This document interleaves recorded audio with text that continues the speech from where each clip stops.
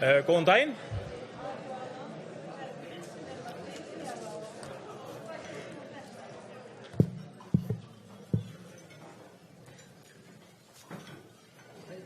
Góðan daginn, gott fólk. Ég heiti Jón Geir Pétursson, skrifstofustjóri í umhverfis- og auðlindaráðuneytinu. Þakka fyrir þann heiður að hafa verið fenginn að stýra fundi hér í dag. Áður en við byrjum þá ætla ég að biðja ykkur að slökkva á símónum. Ég ætla að bjóða hingað velkominn umhverfis- og auðlindaráðherra, forstjóri Umhverfisstofnunar, starfsfólk Umhverfisstofnunar og aðrir góðir gestir. Ég býð ykkur hjartanlega velkominn á þennan ársfund Umhverfisstofnunar. Þessi ársfundur hefur þá yfirskrift hvernig verður stefna að veruleika, raunhæfar leiðir til árangurs. Og við höfum hérna fyrir framan okkur mjög áhugaverða dagskrá og ég vildi líka bjóða hingað sérstaklega velkominn Björn Rísinger. Það er með okkur hér forstjóri sænsku umhverfisstofnunarinnar sem ætlar að halda hér erindi á eftir og ég mun kynna hann betur þegar kemur að hans erindi. Ég ætla þá að byrja að bjóða hingað velkominn í pontu Guðmund Inga Guðbrandsson, umhverfis- og auðlindaráðherra sem ætlar að flytja ávarp. Takk.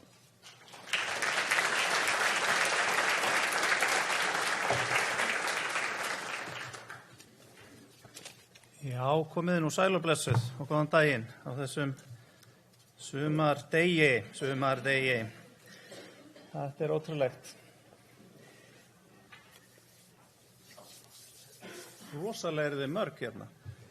Þetta er nú bara miklu fleiri en ég átti vona. Það er gaman að því. Ég vil bara byrja á því að þakka fyrir þann heiður að fá að ávarpa ykkur hérna á ársfundi Umhverfisstofnunar. Og svo ætla ég að fá að nota tækifærið til að þakka fyrir hlýjar móttökur þegar ég kom hérna í stofnanaheimsókn til ykkar á Suðurlandsbrautina og reyndar búin að heimsækja 3 starfsstöðvar út á landi líka. Einstaklega vel á móti með tekið og kannski sérstaklega minnast á að þegar ég fór nú að skipta mér að því hvernig við myndum hafa dagskrána á þessum í þessari stofnanaheimsókn, að þá kom Kristín Linda með málamiðlunartillögu, við vorum ekki að rífast þetta sko, en sem að hljóða upp á það að ég færi á svokallað hraðstefnumót við öll teymi stofnunarinnar. Já, þetta leist mér nú vel á. Þetta var góð málamiðlun því að ég var með eitthvað aðeins svona meira í huga og það var einstaklega upplýsandi og skemmtilegt. En ég held ég hef aldrei verið jafn þreyttur eftir stefnumót eins og þennan dag. Nú starfsemi Umhverfisstofnunar er umfangsmikil, hún er mikilvæg og það er allt of langt mál að telja upp allt sem hér er gert. Það skiptir mig sem ráðherra og ráðuneytið miklu máli að eiga stofnun eins og Umhverfisstofnun þegar kemur á ýmsum flóknum umhverfismálum. Þið hafið jafnan brugðist afar vel og snöggt við beiðnum úr ráðuneytinu, oft á tíðum með stuttum fyrirvara og skrifast hann nú stundur á mig og eða fjölmiðla. Þetta er mér og ráðuneytinu mikilsvert. Ég vil hér nefna sérstaklega aðstoð við vinnslu skýrslu til Alþingis aðdraganda að útgáfu starfsleyfis til sameinaðs Sílikons og úttektar ríkisendurskoðunar á því máli. Mín skilaboð til allra er að mikilvægt er að læra af þeirri reynslu sem skapast varðandi þessa tilteknu framkvæmd. Almennt þurfum við að stíga varlega til jarðar í þessum málum, vanda allar ákvarðanir, eftirlit og eftirfylgni. Ég vona að tími frekari mengandi stóriðju á Íslandi tilheyri brátt sagnfræði fortíðar. Ágætu ársfundargestir. Stefnumótun til langs tíma er mjög mikilvæg, þannig að til sé vegvísir sem skili sem bestum árangri fyrir umhverfið. Og það er einmitt það sem hér á að ræða í dag. Í ljósi þessa ætla ég að gera nokkur viðfangsefni Umhverfisstofnunar að umræðuefni hér. Í loftslagsmálum horfum við til langs tíma í anda langtíma stefnumótunar. Ríkisstjórnin stefnir að því að ná 40% samdrætti í útlosun gróðurhúsalofttegunda árið 2030 í takti við Evrópusambandið og kolefnishlutleysi árið 2040. Hvoru tveggja metnaðarfull markmið. Í næsta mánuði tekur til starfa loftslagsráð sem verður stjórnvöldum öflugur liðsauki í þessari vinnu og mun veita þeim aðhald. Ríkisstjórnin hefur samþykkt að leggja 12 milljónir króna til að vinna loftslagsstefnu og aðgerðaráætlun fyrir stjórnarráðið sjálft. byrja á að taka til í eigin ranni, eins og þar segir. Hluti fjármagnsins verður notaður í vinnu sérfræðings og hluti til beinna aðgerða til að draga úr og hefja kolefnisjöfnun á starfsemi Stjórnarráðsins. Hér hef ég lagt áherslu á að tekna verði inn áherslur vistvæn innkaup og grænan ríkisrekstur sem hafa beina tengingu við grænt hagkerfi og markmið í loftslagsmálum og hér spilar vinna Umhverfisstofnunar stóra rullu. Síðar á árinu verður loftslagssjóður settur á laggirnar í því skyni að styrkja nýsköpun og rannsóknir og unnið að heildstæðri aðgerðaráætlun í loftslagsmálum í ráðuneytinu. Hún gerð til að draga úr losun gróðurhúsalofttegunda og binda kolefni í gróðri og jarðvegi.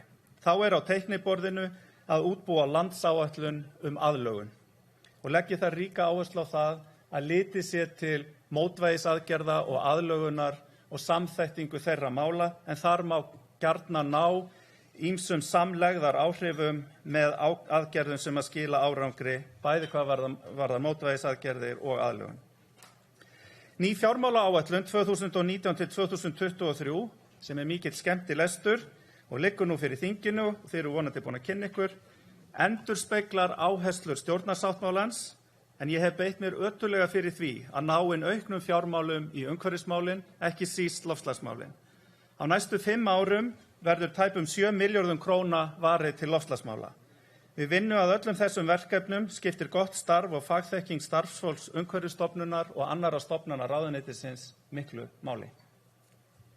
Langtíma stefnumótun í loftslagsmálum snýst þó að mínu mati í grunninn að breyta hugarfari og neyslumynstri okkar allra. Úrgangur fylgifiskur neyslu og mikilvægt að við séum með puttan á púlsinum í þessum málaflokki. Þar skiptir mestu máli að draga úr neyslu svo sem minnstur úrgangur myndist.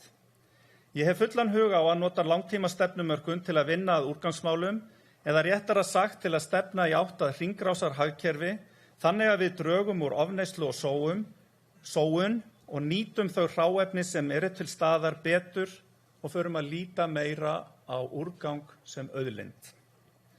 Hér tel ég miklu skipta að hlúa nýsköpun og vera vakandi fyrir nýjum leiðum og áherslum.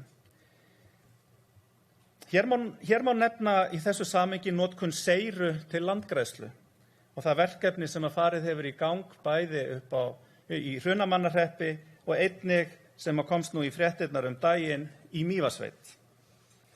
Þá hef ég mikinn áhuga á því að við lítum til þess hvernig við getum betur nýtt þá auðlind sem við flytjum hér í miklu magni til landsins og heitir fosfór.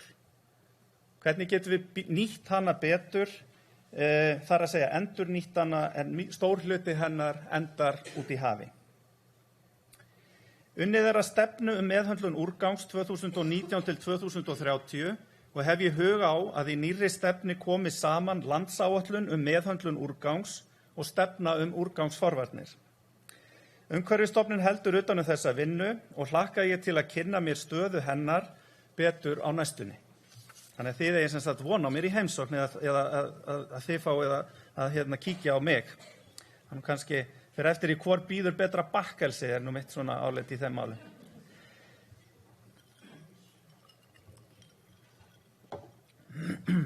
Plast.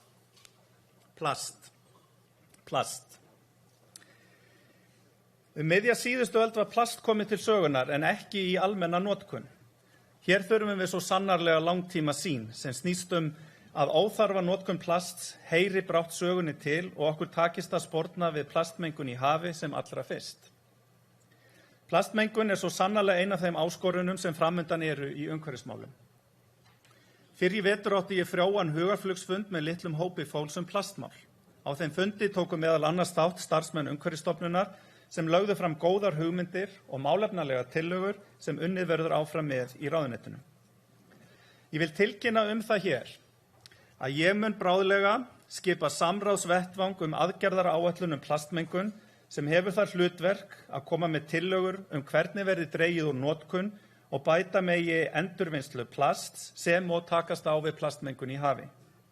Samráðsvettvangurinn mun hafa hliðsjón af stjórnarsáttmála ríkisstjórnarinnar og stefnu umhverfis- og auðlindaráðherra úrgangsforvarnir sem ber heitið Saman gegn sóun. Samráðsvettvangurinn mun meðal annars taka til skoðunar hvaða rannsóknir og vöktun á plastmálum þurfi að ráðast í, þær stjórnvaldsaðgerðir sem æskilegt væri að koma í framkvæmd, hvernig fræðslu og kynningu plastnotkun og plastmengun verður best fyrir komið, hreinsun plasts úr umhverfi okkar og hvernig best sé að stuðla að nýsköpun í vörum í stað plastnotkunar. Tekið verður mið af þeim tillögum sem þegar hafa komið fram og tel ég reyndar að vinna þessa hóps þurfi ekki að taka svo langan tíma enda margt komið fram. Ég vil hins vegar ná utan þetta í heild sinni. Í þessum hópi munu meðal annars eiga sæti fulltrúar stjórnarandstöðu og stjórnarflokka til að skapa víðtæka samstöðu stjórnvaldsaðgerðir sem nauðsynlegt kann að vera að grípa til. Þetta vinnulag sem ég hyggst reyna að hafa á í mínum störfum sem ráðherra. Náttúruverndin. Hún mun sömuleiðis skipa stóran sess á þessu kjörtímabili. Hér legg ég áherslu á nána samvinnu Umhverfisstofnunar og Umhverfis- og auðlindaráðuneytisins. Í stjórnarsáttmála ríkisstjórnarinnar kveðið á að ráðist verði í átak í friðlýsingum og þjóðgarður stofnaður á miðhálendi Íslands. Á dögunum skipaði ég þverpólitíska nefnd miðhálendisþjóðgarð. Slíkur þjóðgarður felur í sér mörg tækifæri fyrir byggðaþróun, en erlendar og innlendar rannsóknir sýna að þjóðgarðar skila ekki bara miklum tekjum í þjóðarbúið, heldur líka til hinna dreifðu byggða. Þá hef ég samið við Hagfræðistofnun Háskóla Íslands að vinna athugun á efnahagslegum áhrifum friðlýstra svæða. Sú vinna hefst á næstu vikum og niðurstaðna að vænta í haust. Er að ræða 10 svæði víðsvegar land. Fáir þekkja það betur en starfsfólk Umhverfisstofnunar hve mikilvægt að hlúa að friðlýstum svæðum og ferðamannastöðum sem undir sífellt meira álagi ferðamanna. Það vitna tíðar lokanir svæða nú þegar frost að fara úr jörðu.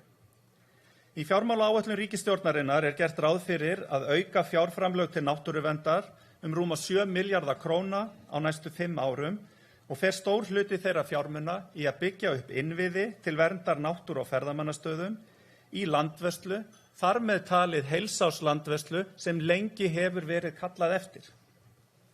Og einnig fer fjármagn til uppbyggingar þjóðgarðs á miðhálendi Íslands, svo eitthvað sé nefnt. Þá brýnt að sameina í eina stofnun allt lýtur að friðlýsingum, náttúruvernd og rekstri og umsjón friðlýstra svæða. Ágæta starfsfólk Umhverfisstofnunar og aðrir ekki árshátíðargestir, en það kannski árshátíð hjá ykkur. Það var ekki búið að bjóða mér þannig ég hélt ekki. Og aðrir ársfundargestir stendur hér. Ég hef kynnst í eigin raun að hjá Umhverfisstofnun starfar öflugt fólk. Það hefur metnað í störfum sínum, það býr yfir sköpunargáfu og líka gleði. Gleði mikilvæg, hvort sem að það heima við eða í vinnunni. Ég vil óska ykkur alls velfarnaðar í störfum ykkar og ég vil þakka ykkur aftur fyrir að taka vel á móti mér nú á nýjum vettvangi og hlakka til samstarfsins framundan. Eigið þið góðan og gjöfulan dag hér. Það hittist þannig á að ég á að vera mættur á ríkisstjórnarfund eftir korter og verð því miður að láta mig hverfa, en gangi ykkur vel í dag, sem og alla daga.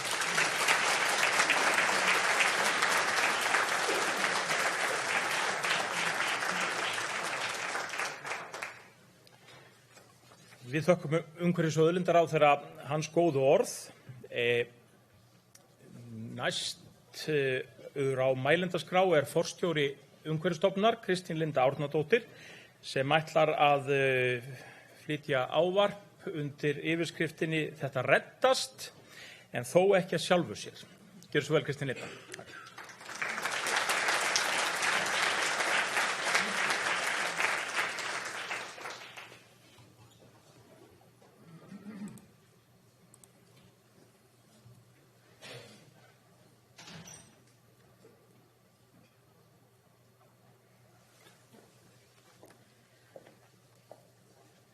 Ágætu ársfundargestir, það mér virkilega gleðilegt að sjá svo marga hér í dag. Ég var virkilega hrædd það að ég myndi tapa mjög mörgum sem að færi í vitlausan sal. Ég veit ekki alveg hvað þarna niðri en ég allavega mjög glöð að sjá ykkur hér. En þetta reddast frasi sem við Íslendingar eigum í skrýtnu sambandi við. Stundum erum við mjög ánægð með þá heimspekilegu hugsun sem kemur fram í frasanum. Vísum til þess að við séum bjartsýn og ráðumst í verkefnið í stað þess að mikla þau og fyrir okkur. Að hlutir hafi tilhneigingu til að reddast gæti líka verið afsprengi þeirra hugsunar að við búum í mjög mikilli nálægð við oft á tíðum óblíð náttúruöfl en meitum þeim galvösk þegar á reynir. Já, kannski bara eins og í morgun þegar maður þurfti að fara að skafa bílnum sínum enn einu sinni. En á hinn bóginn heyri stundum að þetta reddast lýsi því hugafari að við sjáum hreinlega minni hvata í því að undirbúa það sem þarf að undirbúa. Sem jafnvel ekki best í heimi í að gera langtímaáætlanir og ef við búum þar til, þá finnst okkur ekki endilega við þurfum að fara eftir þeim. Þannig hafa margar mjög góðar áætlanir lent í skúfunni og þeir þekkja þar kannski sem skúffuskýrslurnar. Og við erum öll búin að leggja mikla vinnu í slíkar skýrslur sem lenda síðan í skúfunni. Í umhverfismálum er hins vegar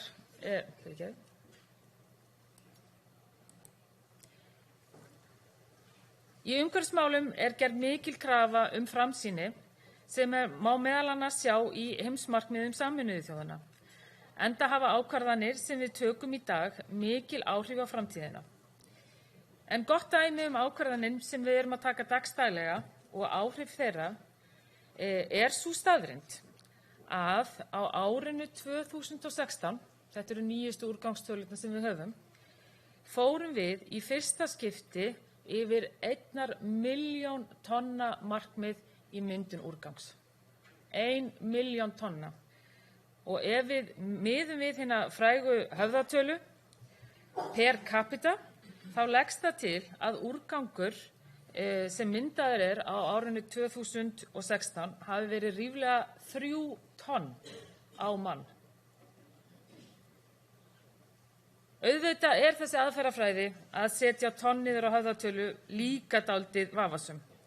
Því eins og við verðum stundum frábærust í heimi per capita, þá verðum við líka stundum verst. Þessi tala segir okkur þá ansi mikið það hvað er að gerast í efnahagslífinu og þá sérstaklega hversu mörg hús og húsgrunna við erum að rífa niður til þess að byggja ný hús.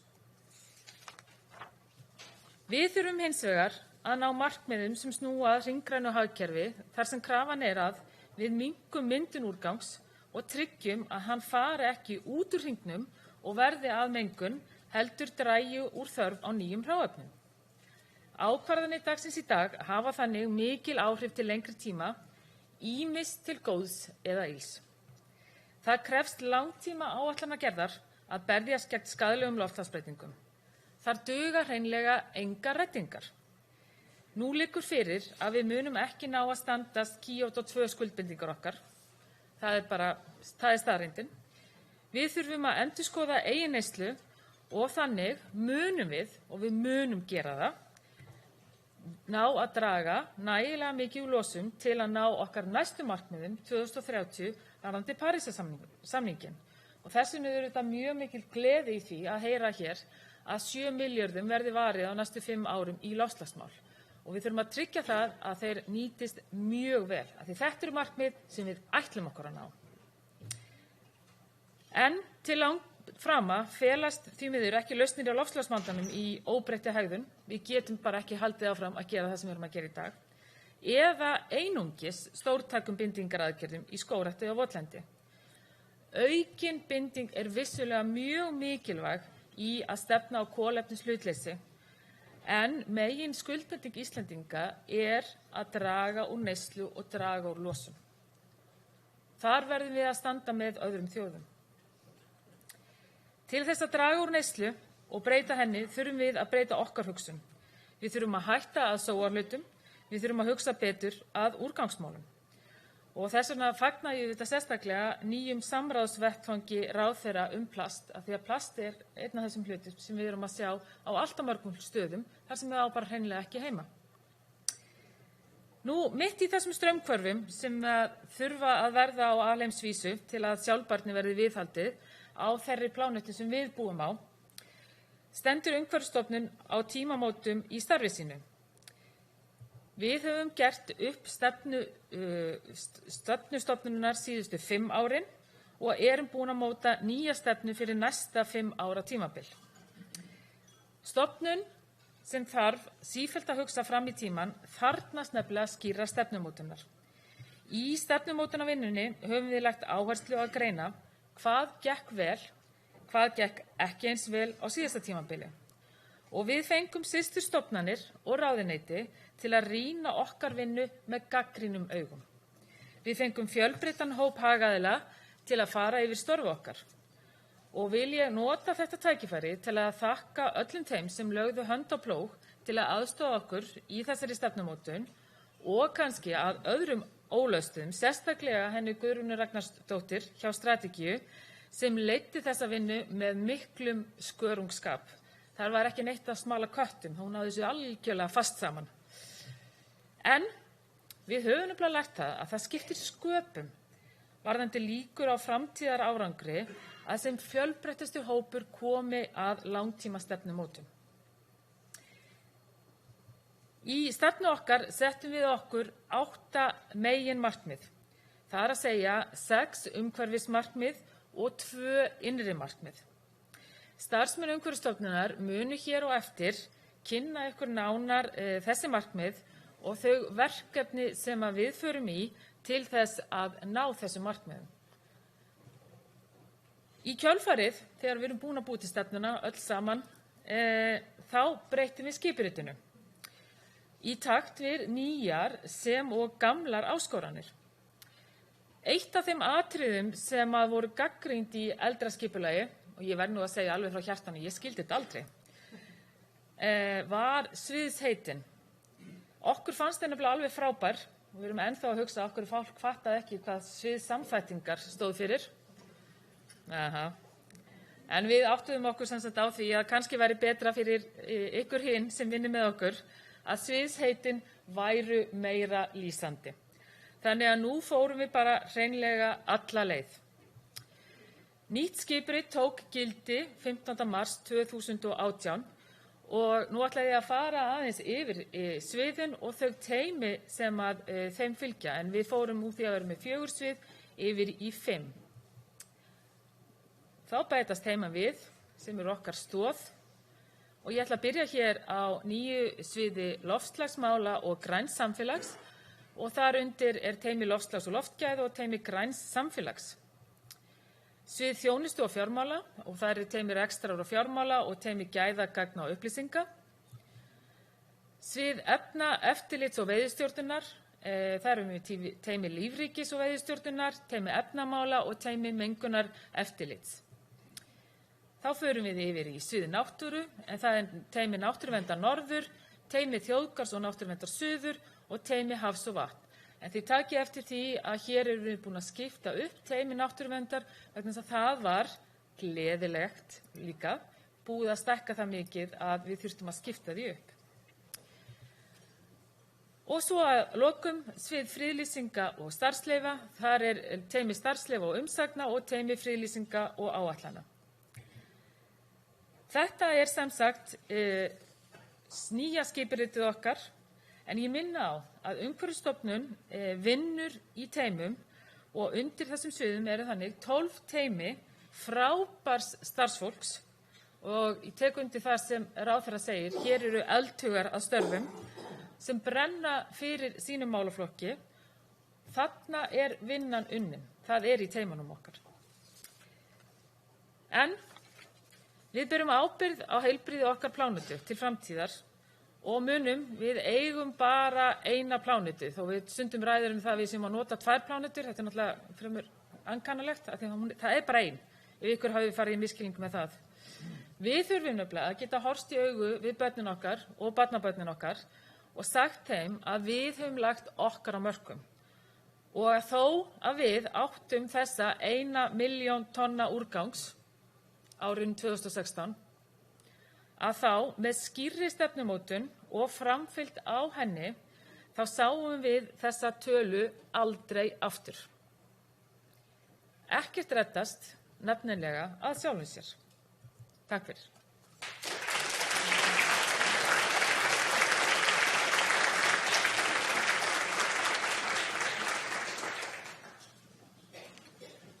Við þökkum Kristín Lindu kærlega fyrir hennar góða ávarp. Það er einmitt mjög áhugavert að horfa út gluggann akkurat núna. Við snúðum ykkur við. Með voru hvernig þetta með voru hjarta einhvern veginn, sko. Þetta er mjög áhugavert allt saman. Næstur á mælendaskrá er gestur fundarins. Björn Riesinger sem forstjóri sænsku umhverfisstofnunarinnar. Hann ætlar að flytja sitt ávarp á ensku og ég ætla þá að skipta yfir á ensku og kynna hann til leiks og síðan gerum við ráð fyrir því eftir að hann hefur flutt sitt ávarp að við höfum opið fyrir nokkrar spurningar til hans í framhaldinu áður en að næsti þáttur á dagskránni hefst. I would like to introduce to the podium our guest that has come here from Sweden, Björn Riesinger. It's sometimes a bit odd, I feel, to introduce a Scandinavian colleague in English. All of us here in attending the meeting, all the Icelanders have studied Danish, I guess, for about 8 years in schools. So we should be extremely capable of communicating in Scandinavian languages. But unfortunately, we are a bit reluctant to it, so we run this in English. Björn, he is the Director General for the Swedish Environmental Protection Agency, called in Swedish Naturvårdsverket, that has its headquarters in Stockholm. Björn is actually both a biologist and geologist by training, so that's sort of his educational background, and has a long-standing experience in the Swedish environmental and natural resources bureaucracy, having had different positions before in 2015 that he took over the post that he currently serves as the Director General for the Environmental Protection Agency.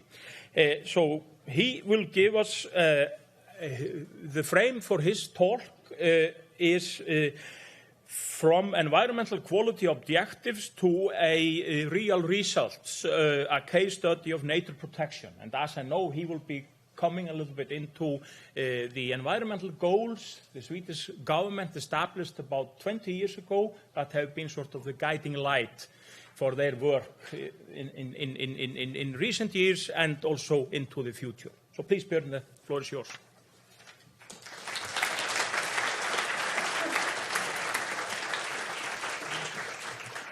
Thank you very much. I'm very pleased to be here with you today. Well, I can see the weather. It could be in Sweden as this way also, so no problem at all. We are struggling with. We have had more than 2 meters of snow in the middle of Sweden, so it's quite a lot of problems for us at this moment. Well.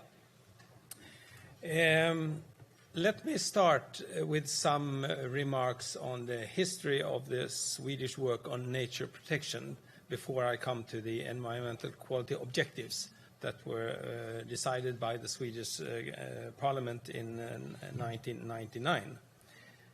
Let's see.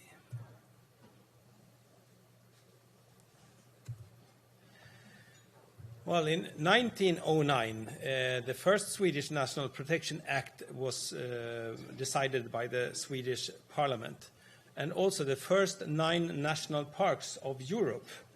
So the 24th of May every year, we celebrate the National Park Day in the whole of Europe.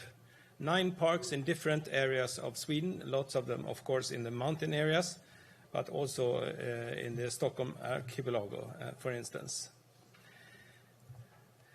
Later on, in the beginning of the 60s, we got the first real modern Nature Conservation Act. And the modern work with nature protection really started in the early 60s. Here we started to use nature reserves in the Swedish nature protection, and that has been the most used instrument in the nature protection of our country.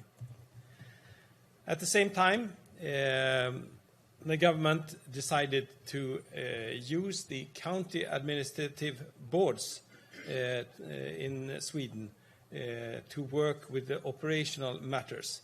The county administrative boards in Swedish länsstyrelser, they are also state agencies, but we are guiding them from the Swedish EPA. And the Swedish EPA was founded in 1967, so we got 50 years last year, actually.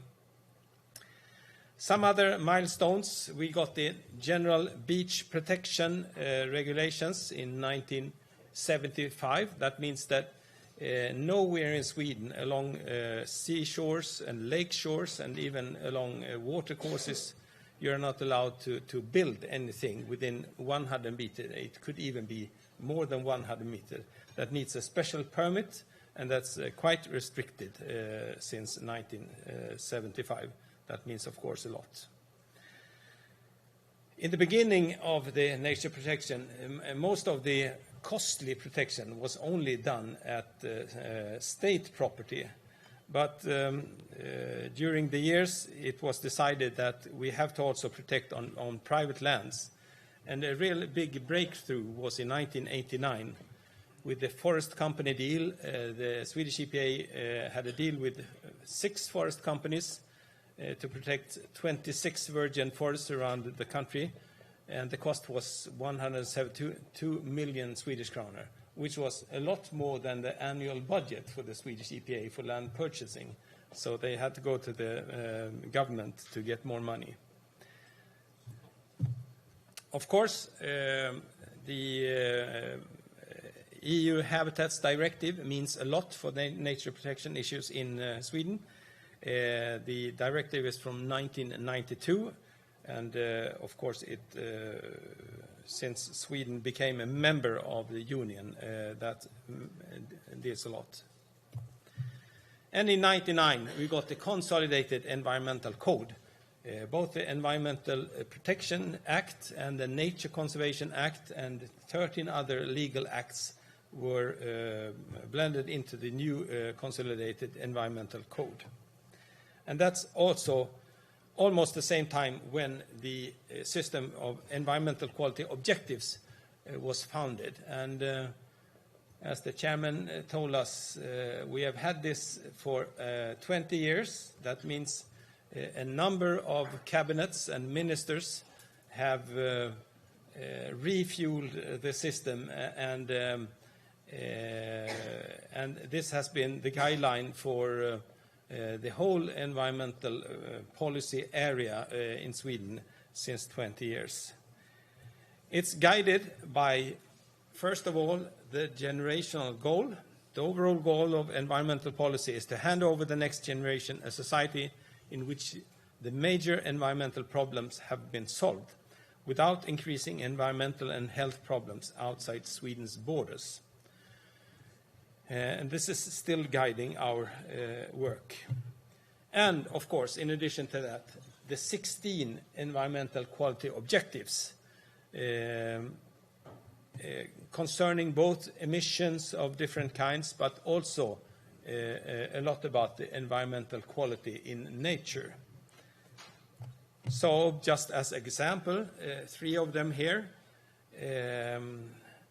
Sustainable forests. The value of forests and forest land for biological production must be protected at the same time as biological diversity and cultural heritage and recreational assets are safeguarded. Of course, this is only the frame. There are lots of more policy under that. And this is possibly the most important. Under these environmental quality objectives and the bills about the objectives every 4th year, there are lots of discussions about financing, and the financing is connected to all those interim targets that are decided by the government and the parliament. When it comes to nature protection, that means that under 7 of the environmental quality objectives, there are interim targets with a number of hectares for forest protection or for mire protection or for protection of marine habitats and so on. And there is also financing discussions about that. In addition to that, we issue an annual report, a short evaluation of all of the 16 environmental quality objectives, together with the 8 other agencies, actually. And every 4 years, we do an in-depth evaluation, where we also propose for the government and parliament what new steps and what new measures to take to meet all the quality objectives. In addition to these comprehensive bills, the government also proposes bills more specific on different matters. So this is sustainable protection of nature areas, a Swedish strategy for biodiversity and ecosystem services.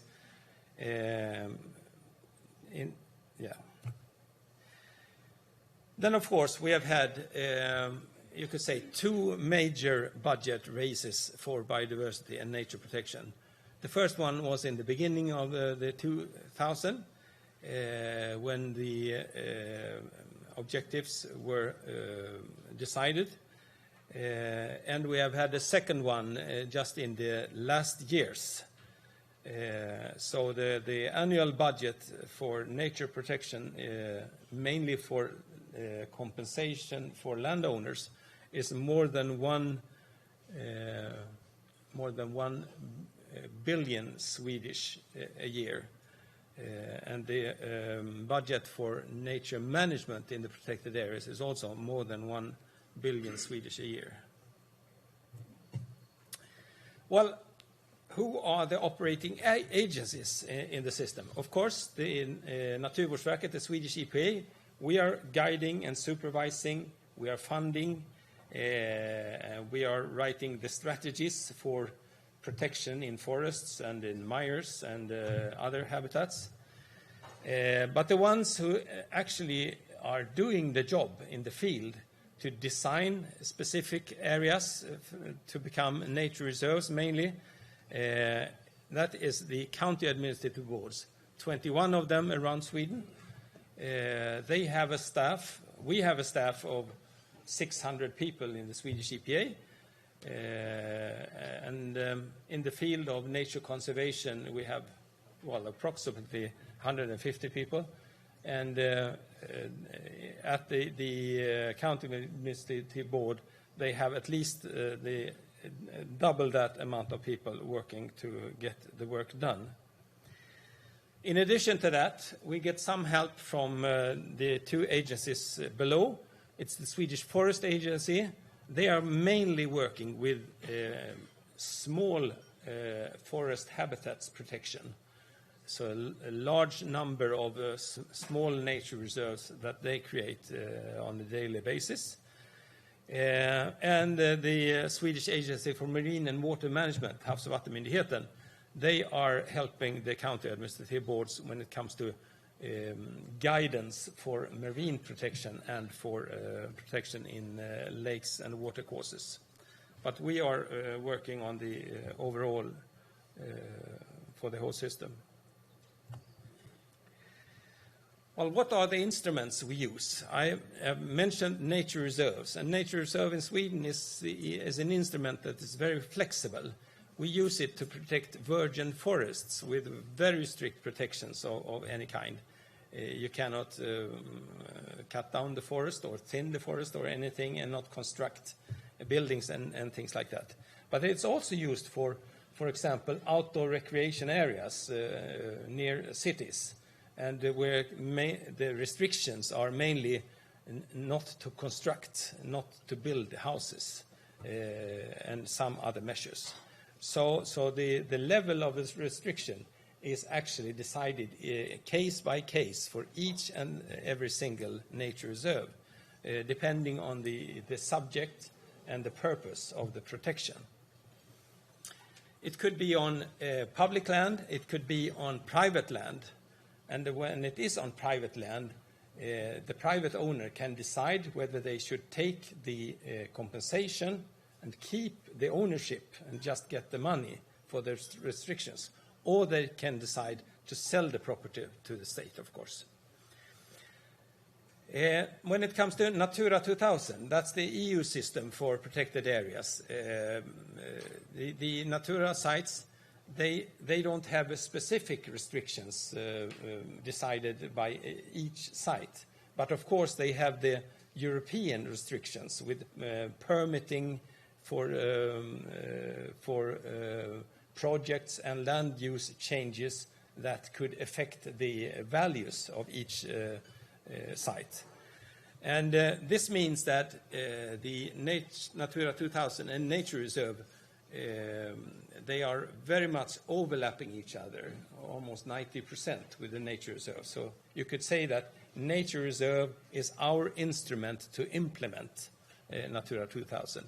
But there are also lots of other possibilities to implement Natura 2000. It could be agreements with farmers or other measures as that.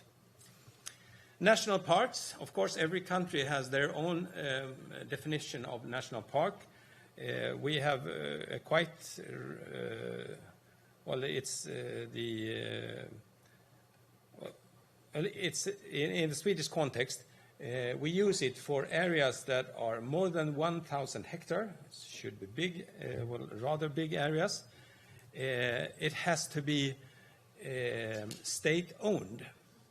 And that means that when we create new national parks, the main task is actually to purchase land. And that could take a lot of years before it's done. And we cannot, from the EPA, propose a national park until we have fixed all these arrangements at first. We have 29 parks at this moment. The government decided last Thursday, the park number 30, the lake landscape of Åsnen in the southern Sweden. So number 30. And then in addition to this, we have the habitat protection areas, mainly done by the Forest Agency. Of course, these are the more strict protection instruments that we really use for nature protection. In addition to that, we have, of course, policies on sectoral integration, how to make the forestry more green, how to make even agriculture and fisheries and etc. To work in coherence with nature protection policies. So that's, well, if we are to manage the whole landscape, the protected part is only a very small part. So if we want to have biodiversity in the landscape, it's really important to discuss sectoral integration. And in addition to that, we also use action plans for endangered species with parts of our budget. So we write single species action plans and are doing measures throughout the country that could be quite innovative in order to get those species to be around in the landscape for some time. Well, a few examples of some of the protected areas in different parts of Sweden. Here, a quite large forest area in the middle of Sweden, the National Park of Skuleskogen, lots of boreal forest. And here is one example from the entrance of Skuleskogen, a way of canalizing visitors for nice views. Here's another part from the southern Sweden, more emerald forest, broadleaf forest. It's the Söderåsen National Park. Very seldom the Swedish deciduous forests are this big and protected. They are mostly harvested otherwise. And of course, one of the latest national parks, the Kosterhavets National Park at the border of Norway on the west coast, with vast marine areas included in the protection. But as I said, nature protection is also about outdoor recreation and areas close to where people live. And this is actually a picture from exactly where I live. I live in Stockholm, 5 meters from the border of this innermost and smallest nature reserve. It is very close. Let's see if I can. Do you see anything? No? Well, the small dot was actually up here. So it's an innermost part of a quite large area called Nacka-reservatet, which the two municipalities of Nacka and Stockholm decided to protect to outdoor recreation measures. But it's a really nice old growth pine forest in this area. And here's an interesting picture. This is part of, you can look at this at our webpage. It's called Kartverktyget skyddad natur, the toolkit for protected areas. And there you can zoom in any part of the country and look on all types of protected areas, and also landowners and things like that. And the interesting thing here is that on the left map, you see all protected areas around Stockholm. You see one national park, Tyresta, and lots of other nature reserves. And the map to the right, all of those decisions were made by municipalities, not by the state. So the municipalities, they have also the right to decide on nature reserves. And a lot of municipalities actually do that. And out of our 4,000, more than 4,000 nature reserves in Sweden, more than 400 are decided by municipalities. Well, we, of course, use very much a combination of suitable tools, inventories, advice, consultation, information, mainly people at the county administrative boards that are working with all these issues. In Natura 2000 areas, they are also elaborating on plans for favorable conditions. The site protection is, of course, very important, management issues. And we also use environmental subsidies, not only funding from the EPA, but, for instance, in the agricultural areas, we also use the agri-environmental schemes from the Common Agricultural Policy. And it could also be other funds for regional and local initiatives, like the EU Life Fund and structural funds. Well, as I said, the county administrative boards, they are really doing the area design, they are making the inventories, they are describing the areas to protect, and they are also the ones that define what protection measure is to be done. And when they have done that, we support them from the EPA side because we have a centralized system for the negotiations with the landowners. So actually we are the ones that are organizing that as a support mechanisms to their site protection processes. And that means that every agreement, whether it is a compensation or it is a land purchase, is done by our agency. And from that comes, of course, that we become the owner of a lot of valuable areas after that. And then, of course, we have the management phase. That's also done by the management county administrative boards. And they have a lot of guidance, both from the government. This is a policy that the government decided on, a new coherent nature protection policy, more about how to work with nature protection and nature conservation, how to collaborate with landowners, collaborate with NGOs, and how to connect with cultural heritage and with the tourism activities and things like that. Well, what about the governmental financing? Well, in the last years, you see in green mainly the budgets for nature, for site management, including some issues on species management and so. And in the blue, it's the funding for compensation and land purchase. And as you can see, it's at this moment more than 1.2 billion Swedish kroner at each point. So that means that there are lots of agreements, lots of work on new nature reserves every year.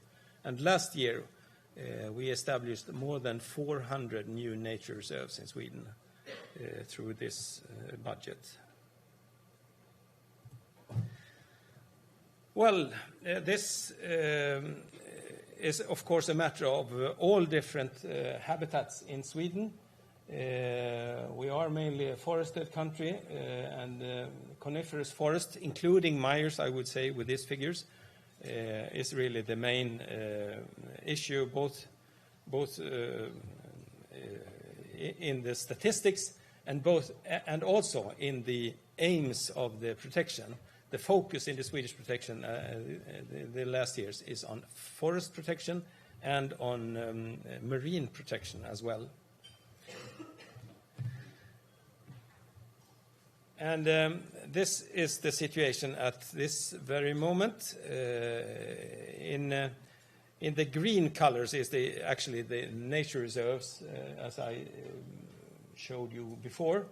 The blue and the red are the Natura designation, Natura 2000 designation. And there are large areas, of course, in the north and also in the Baltic Sea. Totally, when you compare the figures with the land area, we are not more than 13%. I guess you have more on Iceland.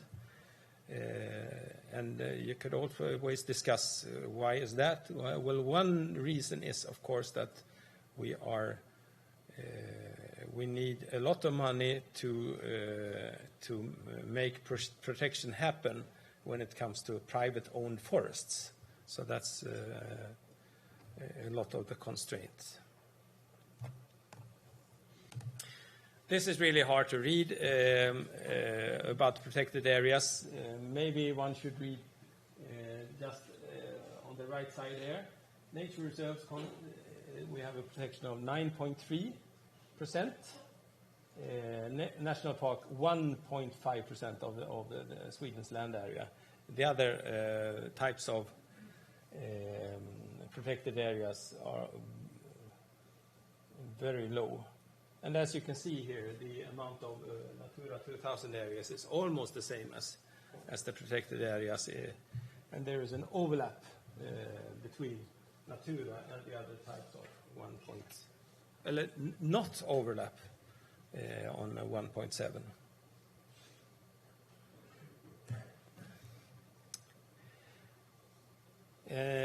What about the percentage of protection in different regions? Then you really can see that the most protected areas is in the mountain areas, the alpine region.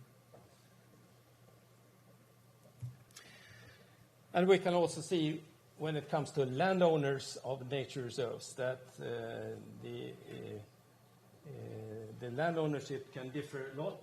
In the blue color here, these are areas which the Swedish EPA own, and the light green above is private-owned areas. And in between, you also can see a quite strong green color. It's the State Forestry Company that is owner of a number of nature reserves as well. But as I said, all the protected areas on private land, they have been compensated, but they still have the ownership. And this is how the area protected has changed from the beginning of the 1900 and till now. So from almost nothing, or you could say that the first value there in 1909 is actually the 9 national parks that made the first shift. But at this moment, it's more than 8 million hectares at the total in different habitats. So you see a lot of spread there: mountain birch forest, mountain coniferous forest in dark green, mires in violet, lakes in dark blue, and marine areas. And you see the shift. It's the new Natura 2000 area in the Baltic Sea, more than 8 million hectares. Well, some short remarks about outdoor recreation and nature tourism as well. In Sweden, we have the right of common access, of public access, and we strive to use the thinking of the right of common access also in the protected areas. We want the protected areas to be as public or even more public than on non-protected private areas. That seems reasonable.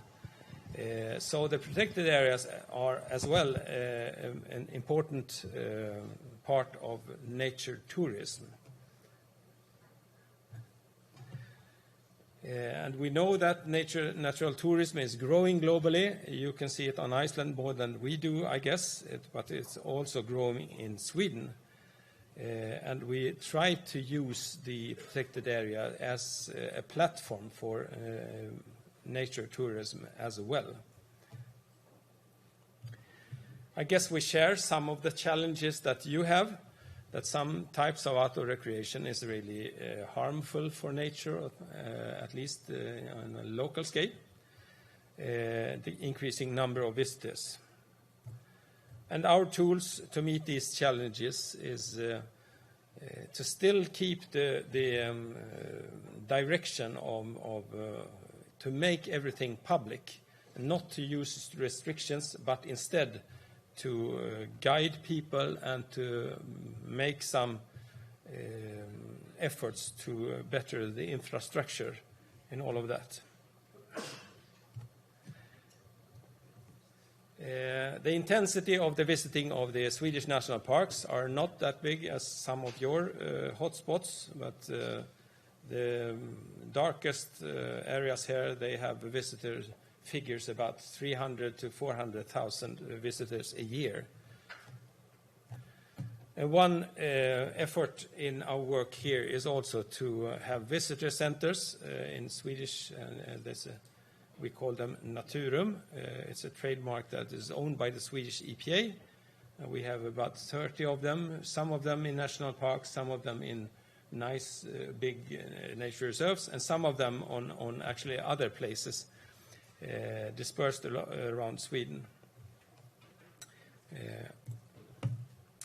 And the work is, of course, going on. The work on creating new nature reserves in all types of habitats is still going on with a strong budget from the government, and with still a focus on forest protection and protection in marine habitats.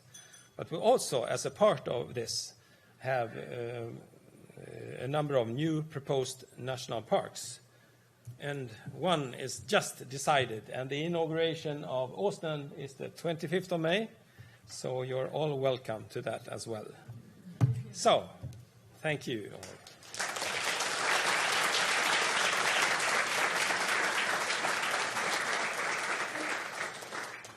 Yeah, we thank Björn for this extremely interesting and informative talk about their work in Sweden. Even though time is becoming a bit short, we have the opportunity for 2 or 3 quick questions to Björn. And Björn from Umhverfisstofnun, he has the microphone. Thank you, Björn, for the very And I ask you to introduce yourself. informative talk. My name is Ólafur, and I come from the Environment Agency of Iceland. Regarding the environmental goals, they're becoming a lot has changed since 2000 and 2001. You have every 4 years you have major reports, but have you thought about revising or revising them in like wholly these goals? There has been political discussions about revising them actually a number of times since the start, and there has been some revision, but the main object to meet these quality objectives, they are still there. The main discussion at this moment is more how do we interconnect this with the 17 global goals in Agenda 2030. And the government has said that the Swedish environmental quality objectives, they are the ecological dimension of the implementation of Agenda 2030. But we'll see, there will be some alterations on the way forward. Thank you. Just one quick question as well regarding the county administrative boards, because they all manage different. How do you kind of bring it all together or coordinate their work, or do they work individually? Well, we coordinate quite a lot with policies, with strategies, with funding, with follow-up, with evaluations and seminars, courses, all the way. So it's you could say that we are a common company, and we are the staff, and they are the operational departments, sort of.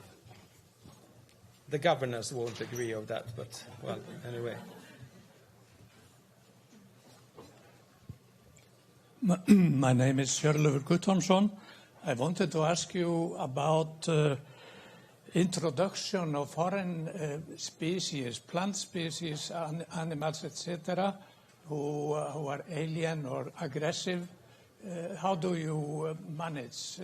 How do you work on this problem? If you are coming here in summer to Iceland, to Reykjavik, all the surrounding of the capital is with blue flowers. Icelanders know it, and that is one example. And we have this open landscape, so this is of interest for us to know. How are you tackling the problem of alien species? Thank you. Well, this is an emerging issue, and when it comes to some mammal species and some species in lakes and in marine areas, there is a lot of work done. But I would say that we have more experience on action plans for endangered species, but we are trying to develop more strategies on this, and we have also got some new funding. And that's really important, to get new funding, because we don't want the funding for protected areas to be eroded by these measures. Great. I think we need to move on with our program. So I suggest that we give Björn a big hand.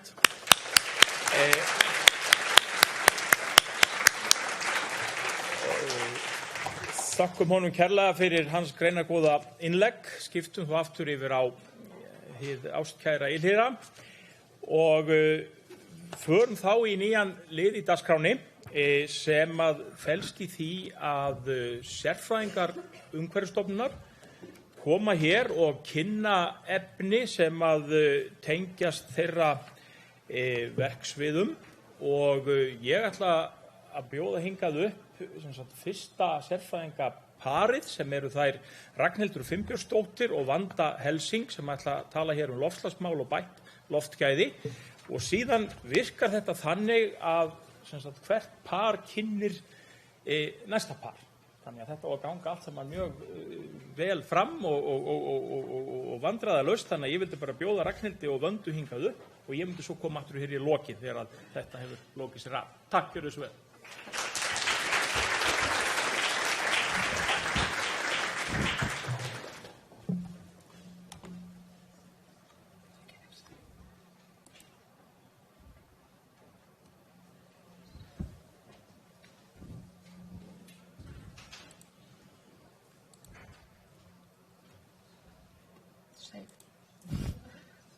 hendum einhver. Herði. Svona. Allt að gerast. Komum með það. Jæja, komið þið sæl. Í dag þá ætlum við aðeins að ræða það sem við erum að vinna að. Kristín Linda sýndi okkur aðeins markmið Umhverfisstofnunar og við ætlum aðeins að fara yfir það. Vanda, hvert er fyrsta markmið Umhverfisstofnunar? Það er ekkert lítið markmið, en það eru loftslagsmál og bætt loftgæði. Já, hvorki meira né minna. Skemmtilegasta markmið. Gætirðu sagt okkur aðeins frá loftslagsmálunum? Já, loftslagsmálin.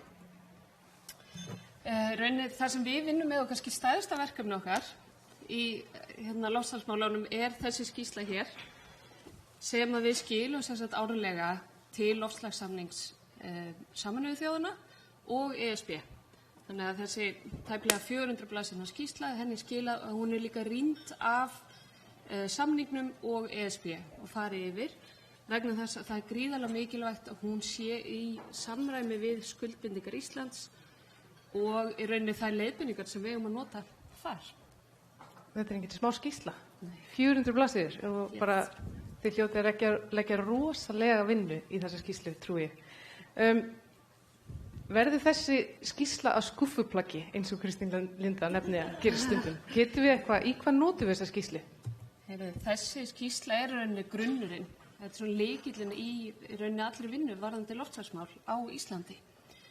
Og þannig að við notum hana og hún notið á alþjóðavettvangi og á Íslandi til þess að móta stefnu og aðgerðir í loftslagsmálum. Því ef við vitum ekki hvaðan losunin kemur, þá er svolítið erfitt að bregðast við. Þannig að þarna er lykillinn til þess að komast að hvernig við draugum úr losun. Okay. Ég hef til dæmis mikinn áhuga á losun frá iðnaði. Ég sem persóna, einstaklingur eða hver sem er í rauninni, gæti ég væri til að forrætnast meira losun frá iðnaði. Gæti ég einhvern veginn sé það? Já, og skoða það? Já, af því að þessi skýrsla er svolítið flókin og löng og hún er kannski ekki fyrir hvern sem er að lesa, þá er það er okkur hjartans máli að reyna að koma upplýsingunum út til allra. Vegna þess að líka loftslagsmál eru málefni sem við þurfum að takast á við í sameiningu. Og er ekki aukinn áhugi, finnur þú fyrir því að fólk er að byrja að hafa meira áhuga á þessu eða? Já, við finnum fyrir því og þess vegna leiðir því er að reyna að koma upplýsingunum út til almennings. Var ég að reyna að sýna ykkur hvort að ég geti. Við erum sem sagt leiðir því að reyna að koma upplýsingunum út meira á aðgengilegan hátt. Er nýtt efni á heimasíðunni. Við viljum að allir geti tilengja sér í rauninu og átta sig á hvernig staðan er. Þegar þú hefur mikinn áhuga til dæmis á iðnaði sem fellur þá undir flokk sem heitir iðnaðarferlar. Þá erum við búin að setja inn í rauninu upplýsingarnar þannig að allir geti farið inn og skoða þær á gagnvirkan hátt. Hér er til dæmis mynd sem sýnir skiptinguna bæti í orku við, svona heildarlosunin fyrir Ísland. Ef þú vilt sjá iðnaðinn, þá getur við bara farið af hakaði af vali þá flokka sem þú vilt skoða minna og þá sjáu þið hvernig er þróunin. Og þetta er hægt að skoða fyrir hvert flokk, það er hægt að skoða orkuna sérstaklega, það er hægt að skoða landbúnað og úrgang sérstaklega. Þetta er sniðugt. Og var þetta þá hlutfallsleg losun sem ég sá í upphafi og svo gæti ég afhakað einmitt og séð engungu iðnaðarferla, það er kallið iðnaðarferla. Já, þá getur við séð hvernig þróunin er og fengið tölurnar á bakvið. Því að aftur, ef við ætlum að bregðast við og gera eitthvað átt okkur á stöðunni til þess að leysa þetta í sameiningu, þá þurfum við að geta skoða tölurnar. En það er margt að gerast í loftgæðamálunum líka. Já. Viltu segja frá því? Algjörlega. Seinni hlutin af fyrsta markmiði. Þá ætlum ég að bara fá að setja þessa mynd hérna.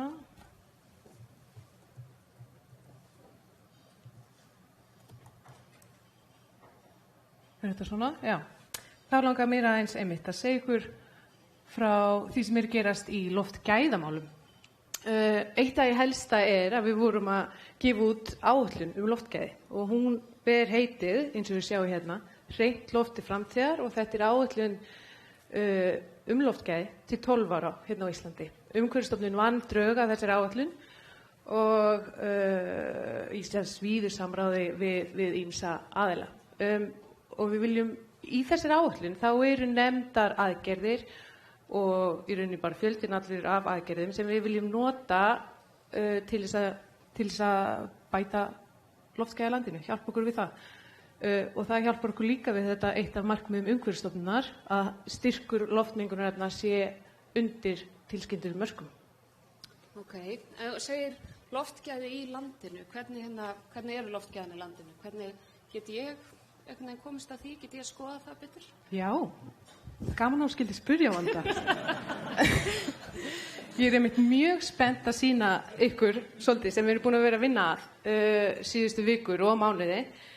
Við erum að gera nýja heimasíðu fyrir loftgæði og þannig að við viljum koma upplýsingum loftgæði til ykkar almennings á mannamáli. Og það margir þekkja þessa eldri heimasíðun okkar sem er inn á loftgæði.is og margir hafa kannski farið inn á hana á tímum eldgosa eða bara hafa almennt áhuga á loftgæðum. En ég ætla að sýna ykkur, langar til þess að sýna ykkur það sem við erum komin með. Þessi síða er ekki komin í loftið en ég er bara svo spennt ef ég fæ hvernig get ég fært tapinn þetta, afsakið þetta, svona. Svona mun nýja heimasíðan okkar líti út. Þið sjáu það eru fullt af blöðrum út allt Ísland. Þetta er merki fyrir þær loftgæðamælastöðvar sem eru að streyma inn í kerfið okkar og þetta er bara, eins og ég segi, við erum ekki komið með allar stöðnar inn. Það munu bætast fleiri inn. Já, og þannig að þetta sést mjög glöggt hver og ein stöð er. Þannig að þessar blöðrur í rauninni segja til ástandi á því svæði. Akkurat. Þannig að ef að segjum ég er búin að vera svolítið kvefið, mér langar svolítið að fara út að skokka en ég hef smá áhyggjur af því hvernig ástandið er og hef heyrt það sé ekki mjög gott að skokka í mikilli svifryksmengun. Ég bý í Kópavogi, get ég nýtt mér þetta? Akkurat, þetta er akkurat hugsunarhátturinn sem við viljum. Það er bara, við viljum að allir geta nýtt þetta sem tól til að skoða hvað er í gangi, hvernig eru loftgæðin í mínu nærumhverfi og bara almennt. Þannig ef þú ætlar að fara út að skokka, Vanda, í Kópavogi, þá zoomum við bara inn, þysum við inn og finnum hvort það sé ekki stöð einhvers staðar nálægt því svæði þar sem þú ætlar að fara að skokka. Og hérna til dæmis ein í Dalsmára, hún er fallega græn í dag, en það er búið að snjóa og allt svifryki sest niður. Og þið sjáu, þetta er allt grænt. Allar tölurnar, eða sem sagt, nöfnin á efnunum, þau eru græn og grafið litla sýnisgrafi, krútlega það er grænt líka. Þannig að græni liturinn, þið sjáu, þýðir mjög góð loftgæði. Liturinn á þessum blöðrum getur svo farið frá grænu upp í ljós, grænt, gult, appelsíngult og alveg upp í rautt. Og það merkir að það séu ekki mikið loftgæði á því svæði. Get ég skoða þetta eitthvað nánar? Þarna er lítil mynd. Akkurat. Svona græn lítil lína. Get ég skoða þetta eitthvað nánar? Tíni alltaf músinni hjá mér. Hvert hún kom inn nú. Þá er einmitt gaman að sýna það. Það hefur margir gaman að því að skoða, það er hægt að nálgast gögnin að þessari síðu. Svo er hægt að skoða efnin ein og sér og hvernig ferillinn er búin að vera síðustu daga og það er hægt að velja dagsetningar og fleira inni. Þannig að ef þessi lína væri rauð eða appelsínugul, þannig að thumbs down, þá ætti ég kannski að skoða aðra staðsetningar. Kannski fara að skokka í Elliðaárdalnum eða eitthvað frekar. Allavega hvernig loftgæðin er einhvers staðar þar. Og mér langar bara til þess að sýna ykkur, þetta er nefnilega svolítið gott að sjá þetta. Þetta er ekki, eins og ég segi, raunveruleg gildi, en hérna er til dæmis ein rauðblaðra sem sýnir þá glöggt. Ef það væri ekki góð loftgæði einhvers staðar þá er þetta svona ábyrjandi rautt. Og hérna efst er gott yfirlit. Þannig að leiðu þið farið inn á heimasíðuna þá sjáu þið strax að það er allavega ein rauð stöð og getið skoða þetta nánar þar. Svona heildarstöðun á landinu. Já, við erum mjög spennt fyrir þessu.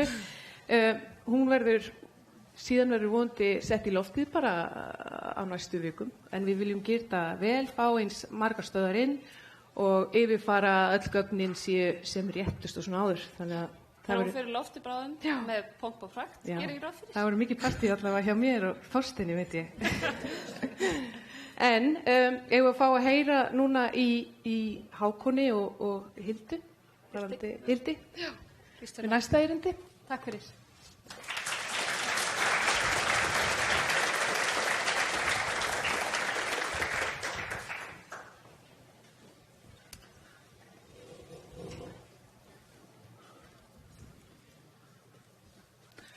Komið sæl.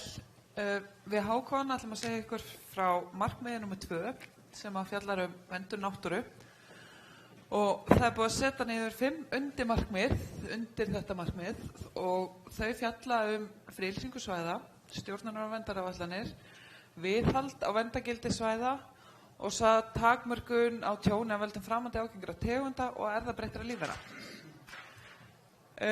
Þetta kort sem sýnir friðlýstu svæðin okkar núna. Þau eru 114 talsins og það er 23.000 ferkílómetrar sem að gera rúmlega 20% af flatamáli Íslands sem að við teljum vera mjög gott. Friðlýstu svæðunum okkar, þeim hefur fjölgað jafnt og þétt í gegnum árin og flatamáli líka. Það veitir hvað, svo fellur súlan hér. Það er slögt að þér. Hvað gerist hérna 2004, þess að súlan fellur niður?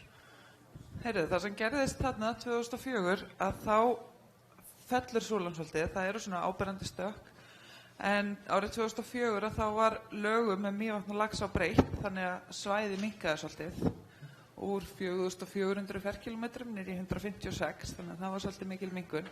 Vá, en hérna 1973, hvaða rosa stökk er þetta sem kemur þá?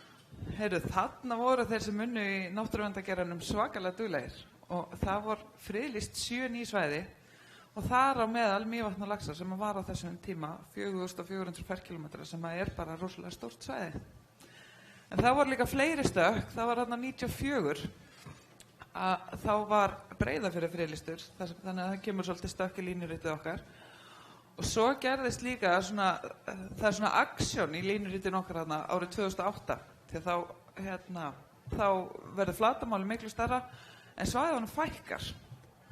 Og skýringin á þessu, það var það að Vatnajökulsþjóðgarður var stofnaður og skýringin á því að svæðunum fækkaði var það að það voru svæði sem að féllu innan marka þjóðgarðsins. Það var þjóðgarðurinn í Skaftafellsþjóðgarður, þjóðgarðurinn í Jökulsárgljúfrum og Esjufjall. Þannig að þetta er skýringin á því að svæðunum okkar fækkar en flatamálið stækkar verulega. Hvað gerir svo? Hvað gerir svo? Það sem Þú er búin að friðlýsa, hvað þá? Þegar við erum búin að friðlýsa, friðlýsingin er bara fyrsta skrefið af mjög löngum ferli. Og það sem tekur við hjá okkur í friðlýsinga og áætlanateymi, það er það að við þurfum að fara að gera stjórnunar- og verndaráætlanir fyrir svæði. Og það er mikið verk, því eins og ég sagði ykkur áðan, þá eru svæðin 114. Við erum búin að gera 18 áætlanir og við erum búin að vera að þróa verklag og svona svolítið skipuleggja hvernig við gerum þetta og þetta fara að ganga mjög vel hjá okkur. Við höfum stórt verkefni fyrir höndum en hlökkum líka til því þetta er stór og skemmtileg áskorun. Það sem við gerum í þessum áætlanum er það að við mótum svona framtíðarsýn fyrir svæðin og við skipuleggjum hvernig við ætlum að stjórna svæðunum. Áætlanirnar þær skiptast upp í svona 3 hluta, það er markmið, stefna og leiðir að þessum markmiðum stefnum og með öllum áætlunum þá fylgir svona aðgerðaáætlun þar sem að kemur mjög skýrt fram hvernig við ætlum að vinna því að ná þessum markmiðum sem við erum að setja okkur. Og þetta í rauninni miðar allt saman að því að vernda og viðhalda verndargildi svæðanna. Það er, já, okkur svolítið vantar þessar áætlanir, eiginlega bara strax. En við getum til þess að halda betur á spöðunum til þess að vernda okkar svæði, í að stjórna og vernda svæðin, en við getum líka alveg bara lokað svæðunum. En að öllu gríni slepptu, þá er samt staðan þannig, það eru mörg svæði undir gríðarlega miklu álagi vegna ágangsferðamanna. Við erum að fá gesti núna allt árið kring og núna á þessum viðkvæmasta tíma á vorin líka, þegar gróðurinn ennþá í dvala og er að komast í gang og þá getum við gripið til þess ráð að loka tímabundið og erum að gera það til þess að draga úr þessu álagi á þessu viðkvæmum tíma. Undirmarkmið okkar í verndun náttúru þetta að viðhalda verndargildi svæða og við gerum það með uppbyggingu innviða og daglegri umsjón og stýringu ferðamanna. Árangursvísar okkar í því það eru vinnustundir þess aðeins að vinna þessu svæðin. Það eru umsjónaraðilar svæðanna, það eru landverðir, það eru sjálfboðaliðarnir okkar sem að gera gríðarlega mikið verk og verktakar og verkamenn á svæðunum. Og einn umhverfisvísin okkar í þessu að ástandsmat svæða fari ekki yfir ákveðin mörk. Við þurfum að vanda til verka.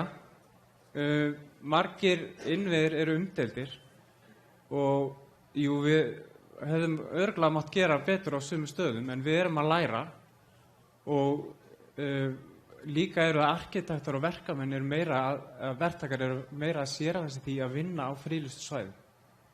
Að innviðirnir hendi við þurfum að velja hvaða innviðir henda á hvaða svæði og hvar eiga ekki að vera og að hönnun og allt sé vel og valdi gert.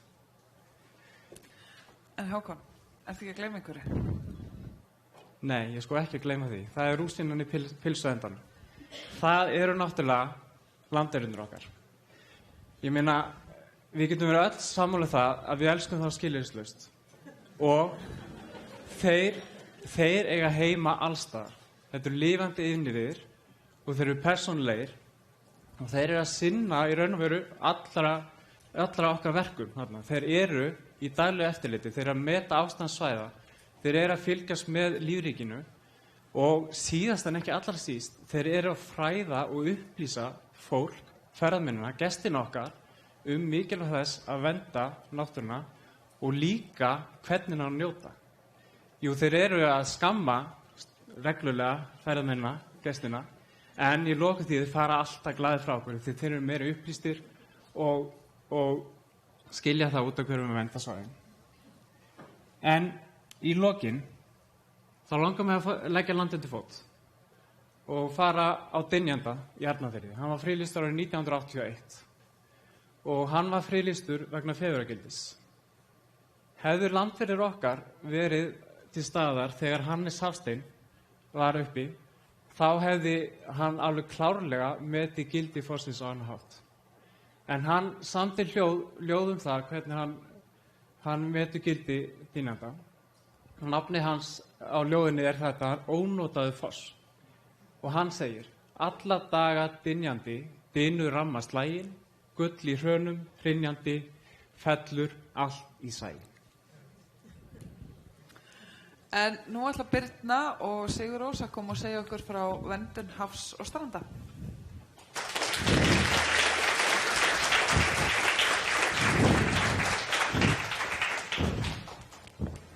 Já, Birna, hvað ert þú að gera allan daginn í vinnunni? Heyrðu, Sigurrós, einmitt, skemmtilegt að skuli spyrja. Heyrðu, ég sem sagt að vinna við það að innleiða vatnatilskipun Evrópusambandsins. Og það nú engin smá smíði skal ég segja ykkur, vegna þess að við Íslendingar erum búin að skuldbinda okkur í gegnum lög og reglugerðir að sjálfsögðu, að varðveita og vernda vatnsauðlindina okkar. En mér langar samt sem áður til þess að byrja á því að sýna ykkur eina mynd. Og þessi mynd var tekin núna í haust þegar við í rauninni fórum aftur af stað með málaflokkin sem við kallum stjórn vatnamála á Íslandi. Við fengum til okkar þrautreyndan, fjarskyldan frænda frá Noregi sem hefur innleitt vatnatilskipunina þar í landi. Fengum til okkar systurstofnanir og aðra og sátum heilan dag og hlustuðum á hann Anders segja okkur frá hvernig Norðmenn hafa gert hlutina. Hérna á myndinni erum svo við Maja er við hliðina á mér og hann Tryggvi stendur hérna fyrir miðhálendinu. Við vinnum sem sagt við stjórn vatnamála á Umhverfisstofnun. Kristín Linda fékk að vera með líka, hún, fyrir þá sem ekki vita, er alveg sérstakur vatnanörd með sér áhuga á fráveitumálum, ekki spyrja mig, spyrjið hana eftir fundin. En stjórn vatnamála, það er stórmálaflokkur. En út á hvað gengur stjórn vatnamála eiginlega út á? Ég meina, þurfum við eitthvað á þessu að halda hér á Íslandi? Ég meina, við höfum jú hreinasta og besta vatn í heimi. Jú, Sigurrós, akkurat, þetta hefur maður heyrt frá blautu barnsbeini, hreinasta og besta vatn. En hvernig vitum við hvort við eigum hreinasta og besta vatn í heimi ef við erum ekki búin að mæla, gera og græja? Það er stóra spurningin. Og ef við horfum á stjórn vatnamála þá þetta í rauninni kerfi sem byggir á því að við tökum samræmda aðferðafræði og vinnum okkur í gegnum það og finnum út hvert er raunverulegt vistfræðilegt ástand vatns. Við tökum allt yfirborðsvatn og grunnvatn og flokkum það niður í einingar. Og við köllum þessar einingar vatns vatnsflot. Og hvert og eitt vatnsflot það fær sín umhverfismarkmið við álagsgreinum vatnsflotin. Það geta verið ýmiss konar álag á vatni. Við þekkjum það gegnum virkjanaframkvæmdir, landbúnaður, það er íbúabyggð, það er ýmislegt. Nú við þurfum að vakta svo þessi vötn og þessar ár og strandsjó og grunnvatnið og að lokum þá getum við farið í aðgerðir ef við þurfum að fara í aðgerðir. Aðgerðirnar geta beinst að því að koma vatni sem ekki í góðu ástandi í gott ástand eða þá bara hreinlega halda góðu ástandi góðu. Þannig að stjórn vatnamála, það má segja að það rúlli í 6 ára áætlunum. Þetta er það sem við þurfum að gera til að ná fram markmiðum okkar að vernda vatn á Íslandi. Við þurfum að skila okkur vöktunaráætlun fyrir Ísland. Við þurfum þá að skila okkur aðgerðaráætlun, búa til raunhæfar aðgerðir það að annaðhvort koma, eins og ég sagði áðan, vatninu í gott horf eða þá að viðhalda því í hinu góða ástandi. Og saman þá bjúga þessi 2 plögg til hina eiginlega vatnaáætlun sem við ætlum að skila okkur í lok 2021 á sama tíma og aðrar þjóðir í rauninni í 3. hring. En hvað með almenning? Getur hann eitthvað fylgst með því sem þið að gera? Já, það þetta er mikilvæg spurning vegna þess að öll berum við í rauninni ábyrgð á því að vernda þessa auðlind sem vatnið er. Og ef við höfum ekki upplýsingar að þá gengur okkur illa að taka réttu ákvarðanirnar. Þannig að í rauninni ætlum við að gera svona svipað og Vanda og Ragnar voru að sýna okkur áðan. Við munum setja á fót upplýsingakerfi í góðu samstarfi við okkar samstarfsaðila, Systurstofnun Veðurstofu Íslands. Og við munum keyra í rauninni svona kort eins og þið sáuð. Þá er hægt að fara þarna inn og þú getur séð í rauninni hvert er ástand vatns nálægt þér eða ekki nálægt þér á öllu Íslandi. Ef þú býr nálægt kannski á eða vatni og þú vilt vita hvert er raunverulegt ástand og þá mun það birtast á sama hátt. Ef ástandið er gott, þá er það grænt og ef ástandið er ekki nógu gott, þá er það rautt. Mjög áhugavert. Nóg að mér. Sigurrós, hvað ert þú að brasa í vinnunni allan daginn? Það er svolítið gaman að fá að segja frá því. Ég er í því á samt öðru góðu fólki hjá Umhverfisstofnun að vernda hafið fyrir mengun. Og kannski svolítið eins og þessi mynd sýnir, við héldum Íslendingar lengi vel að lengi tæki sjórinn við og það væri bara í lagi að henda hverju sem væri í sjóinn. En svo komast það að því að það sem er fyrir sjóinn, það hverfur ekki neitt. Þannig að það er mikilvægt að við tökum okkur á, við förum að haga okkur aðeins öðruvísi og vinna því að vernda hafið fyrir mengun. Vegna þess að við erum jú að nýta auðlindir hafsins og þess vegna er þetta okkur svo mikilvægt. Einmitt. Og hvað eru við Íslendingar að gera í dag til þess að vernda hafið gegn mengun? Fyrst og fremst erum við að setja lög og reglur sem að takmarka svolítið hvað má fara í hafið og sumt er bara hreinlega að banna að setja í hafið. Og svo þurfum við náttúrulega að fylgja þessum reglum og lögum eftir. Og því við viljum, markmið okkar er að tryggja það að ástand hafs og stranda sé gott. En svo náttúrulega er spurningin, hvernig förum við að því að fylgjast með því hvort við erum að ná þessu markmiði? Og við höfum til dæmis verið að mæla mengunarefni í þorski og kræklingi og við höfum verið að fylgjast með næringarástandi sjávar. En svo höfum við líka verið að standa fyrir því núna á undanförnum árum að vakta reglulega nokkrar strandir á landinu og þessar myndir sýna svolítið frá því verkefni. Við förum á nokkrar strandir, við skoðum hvaða rusl er þar að finna, hversu mikið og svo skráum við það samviskusamlega. Og hér er til dæmis mynd af Sólíu sem hefur haldið utan þetta verkefni núna undanfarið. Það sem hún er að sýna öðrum starfsmönnum Umhverfisstofnunar hvernig við skráum þetta niður allt saman. Og niðurstaðan er svo að eins og alls staðar annars þar í heiminum og þá er það sem við erum að finna mest af, það er alls konar plast. Og plast er bara því miður alls staðar í okkar umhverfi og við höfum til dæmis þess vegna hjá Umhverfisstofnun ákveðið að leggja meiri áherslu á það að skoða plast í umhverfinu og og við erum að fá núna aðalega til þess að skoða fyrir okkur örplast í kræklingi og við ætlum líka að skoða hvaða plast er að finna í maga fíla og ég þá sjálfsögðu að tala fuglin, þá sé alveg á hreinu. Já, skemmtilegt. En Sigurrós, það er eitt sem er dettur í hug. Nú, höfum við Íslendingar ennþá ekki tekið ákvörðun það að hætta að nota jarðefnaeldsneyti. Þannig að ég get ímyndað mér að það sé fullt af olíuskipum sem eru úti fyrir ströndur landsins á leiðinni með stóra farma. Hvað gerist ef það verður slys? Já, við erum alltaf markvisst að vinna því að það verði ekki umhverfisslys. En hins vegar vitum við þurfum að vera tilbúin ef kallið kemur. Við þurfum að vita hvernig við ætlum að bregðast við og þess vegna höfum við gert áætlanir það hvað við gerum ef það verður olíumengun og bæði hvað við gerum á umhverfisstofnunum og eins hvernig við ætlum að starfa saman með öðrum stofnunum eins og til dæmis Landhelgisgæslu Íslands og Samgöngustofu.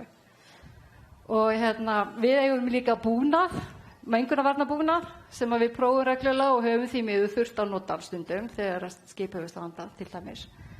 Hér eru myndir frá nokkrum æfingum. Við þurfum nefnilega að æfa okkur í því að bregðast rétt við.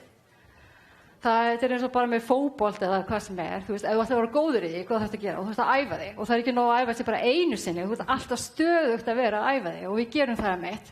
Við höfum æfingu til dæmis sem borum í Þór, eins og þessi myndir sína til dæmis og svo erum við með innanhúsæfingar, þar sem við setjum á fót nokkurs konar leikrit. Ég hef fengið að stýra því svolítið, þegar ég læt þau boð út ganga að það hafi orðið strand. Og svo fylgist ég vel með því hvernig starfsmenn bregðast við, erum að vinna samkvæmt okkar viðbragðsáætlunum, hvernig er fólk að starfa saman og svo náttúrulega fáum við tækifæri eins og Helgi fær þarna að prófa talstöðarna sem við eigum okkur slíkt. Og svo má líka segja frá því á síðustu æfingu að þá fyrir Kristín Linda gott tækifæri til að æfa sig í því að svara spurningum frá fréttamanni olíumengun. Og eins og þau kannski takið eftir, þá fekk ég að leika fréttamanninn og það var sko ekki leiðilegt. En næst ætla Agnar, Stella og Björn að segja ykkur frá öðrum verkefnum. Takk fyrir. Takk fyrir.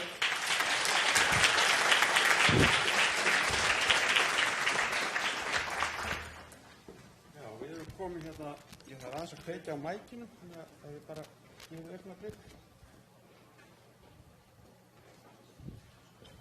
Nú ætti að heyrast í mér. Við ætlum að fara aðeins að tala fjórða markmiðið. Og við erum 3 í þessu liði. Tríó. Og ég ætlaði að byrja því að leyfa þér, Agnar, að spyrja þig, Agnar. Já. Hvað eru þið í teimi starfsleyfa umsagna að gera til að takmarka losun fyrirtækja á mengandi efnum í gegnum starfsleyfin? Já, við hjá Umhverfisstofnun okkur hefur verið falið það hlutverk að gefa út starfsleyfi fyrir mengandi starfsemi. Að setja þeirri starfsemi mörk og kröfur og við gerum það til þess að lágmarka umhverfisáhrif þeirra starfsemi eins og hægt en þó má alltaf búast við að það sé einhver mengun sem verður af. En Agnar, á hverju byggjast kröfurnar?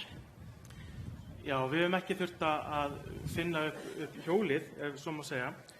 Við setjum kröfur umhverfisstjórnun í gegnum lög og reglur sem hafa þróast í gegnum EES-samninginn og einnig eigum við góða samvinnu við aðrar umhverfisstofnanir í Evrópu. Við erum að vinna þá með kröfur sem hafa farið í gegnum, hafa mikla reynslu á bak við sig þó að við séum með tiltölulega fáa rekstraraðila á Íslandi í stóra samhenginu. En kröfurnar grundvallast einkum á lögum og reglugerðum en einnig svokölluðum BAT-niðurstöðum sem eru kröfur bestu aðgengilegu tækni í hverri starfsemi og síðan erum við líka að staðfæra kröfurnar fyrir hverri staðsetningu hjá starfseminni og erum þá að horfa í nálægð til að mynda nálægð við íbúabyggð, nálægð við vernduð svæði en einnig hvort það sé annað álag á svæðinu, við horfum til heildarálags og einnig hvort að verið sé að menga í vatn, í jarðveg eða loft. Og finnst þið þá að kröfurnar til leyfisveitinganna sé að aukast? Já, við finnum að kröfurnar eru að aukast og það teljum við líka að vera jákvætt. Það er aukin vitund hjá almenningi umhverfismál og við þessu erum við að bregðast og starfsleyfisferillinn okkar er alltaf að verða ítarlegri og ítarlegri. En hverja finnst þér vera svona helstu áskoranir sem að þið þurfið að takast á við varðandi þetta? Helstu áskoranir sem við erum að vinna með er að við erum að vinna með svo mörg lög og margar reglugerðir að stundum finnst okkur hlutin ekki alveg vera að tala saman og við þurfum að finna til því. En einnig vil ég minnast á að við finnum líka fyrir því að í sumum starfsemi sem við erum að gefa út leyfi fyrir, þá ríkir ekki víðtæk sátt í samfélaginu og við þurfum að vinna með það og við sjáum þá fjölda athugasemda og kæra sem að koma í kjölfarið á útgáfu leyfa. En fyrst og fremst er hlutverk okkar sem leyfisveitanda að setja viðeigandi kröfur og lágmarka umhverfisáhrif. Við trúum því að með auknu aðhaldi frá almenningi og félagasamtökum og með frekari vinnu í gegnum EES-samningin og samstarf við aðrar umhverfisstofnanir þá muni það skila okkur í enn betri samþættari mengunarvörnum til framtíðar. En Stella, við skulum færa okkur aðeins yfir í eftirlitið. Hvernig nálgast teymi mengunarvarnaeftirlits það markmið að áhættumeta starfsemi og fylgja eftir frávikum frá henni? Já, síðustu 10 árin höfum við unnið alveg markvisst af því að þróa eftirlit með mengandi starfsemi og nú höfum við unnið áhættumat fyrir nokkra flokka þar sem að við metum hvert og eitt fyrirtæki og út frá því ákvörðum við tíðni eftirlits fyrir hvert fyrirtæki miðað við þá flokka sem að framkoma í matinu.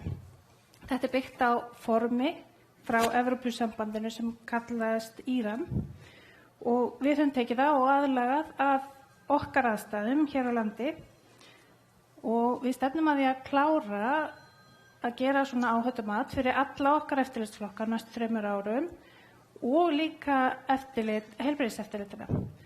Þannig að þá verður í rauninni allt eftirlit með mengandi starfsemi á landinu áhættumetið. Og það þýðir það að þeir sem eru með allt sitt á hreinu og fylgja sínu starfsleyfi og eru í góðum málum að þeir fá mengað eftirlit en aftur á móti þeir sem eru ekki alveg með sitt á hreinu og eru að fá frávik frá okkur að þeir fá þann heiður að fá okkur oftar í heimsókn. En hvernig tengist áhættumatið aukinni samræmingu eftirlitsins? Nú, áhættumatið, það gefur okkur færi á að meta rekstraraðila innan hvers flokks með samræmdum hætti og byggja síðan eftirlitið á því mati. Og teymi mengunareftirlits, það hefur einnig það markmið að ná inn fleiri teymum innan stofnunarinnar að eftirlitinu til þess að auka gæði vinnunar og þá erum við að tala varðandi rýni á gögnum, ráðgjöf og aðra aðkomu. Við komum til með að nýta eftirlitsferðirnar betur þar sem við förum og skoðum fyrir önnur teymi þar sem til þess að þurfi ekki að vera að fara fleiri eftirlitsferðir til að mynda fyrir teymi efnamála og þitt er meðagna starfsleyfa og umsagna. Við erum einnig að leitast við að samræma okkar eftirlit við eftirlit annarra stofnana, eftirlitsstofnana, svo sem matvælastofnunar og heilbrigðiseftirlitina og svo sjálfsögðu við rekstraraðilana sjálfa. En Björn, hvernig vinnur teymi efnamála að því að upplýsa örugga og ábyrgðarnotkun efna? Já, sko, það er náttúrulega efni allt í kringum okkur. Sum eru hættulaus, önnur eru hættuleg og jafnvel eitruð, bæði fyrir heilsu og umhverfið. Og við notum merkingar, þær eru notaðar til að vara við hættuvöldum efna, til að leiðbeina öruggarnotkun og hvernig bregðast skuli við ef slys ber að höndum. Nú og það er okkur hugleikið á stofnunni að vita stöðu þekkingar, þannig að við látum gera kannanir á þekkingu almennings á hættumerkjunum og reyndar gerum við líka meira, við spyrjum líka það hvert fólk fari eftir því sem stendur á umbúðum fyrir efnavöru og hvert að kaupir kannski síður vöru ef hún hættumert.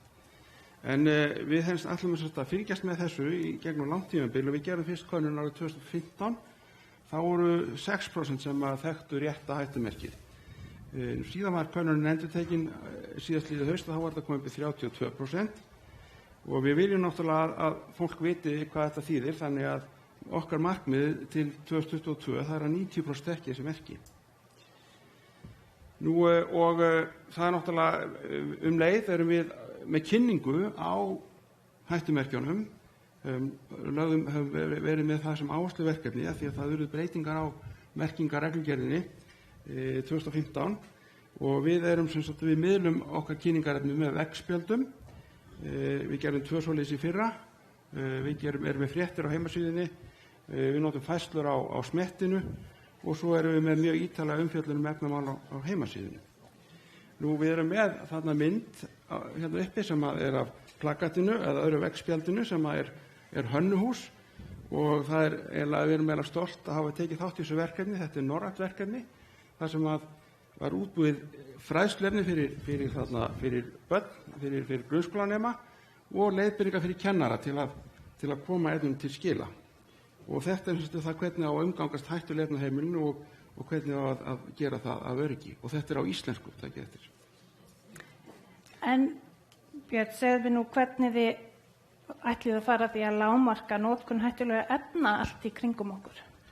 Já, nú kemur náttúrulega svolítið erfiðum hluta. Það eru gríðarlega mörg efni í umferð og 50 miljón efni hafa verið fundin upp og eins og áður, sum eru svo sem hættulaus en önnur eru hættuleg og önnur eru eitruð. Vandamáli hérna reyndar það að hættu eiginleikarnir kom ekki oft fram alveg við byrjun. En við erum hins vegar með efnalöggjöf og okkar efnalöggjöf náttúrulega löggjöf ESB og þar sem sagt lagt upp úr því að setja hömlur við þarna notkun þessar efna og að skipta út hættulegum efnum fyrir önnur hættuminni eða skipta út fyrir aðferðir sem ekki byggjast á notkun efna. Og það náttúrulega þetta svo sem getur verið þrautinni þyngra að gera þetta. Það ekki víst að eitthvað nýtt efni sé eitthvað betra heldur en það gamla því við erum ekki ennþá búin að koma staðið hvert það sé hættulegt. En það sem sagt tryggast náttúrulega það að nota sem minnst af efnum og við höfum náttúrulega leiðbeiningar þar. Við getum keypt eingöngu vörur sem eru umhverfismerktar og þá eins og til dæmis vörur sem eru með svansmerkið og þá ættum við að vera öruggari í þessum efnaheimi. Þetta var nú það, þannig að nú kemur að 5. markmiðinu, sjálfbær nýting auðlinda. Það er Bjarni og Gitta. Það er ekki rétt.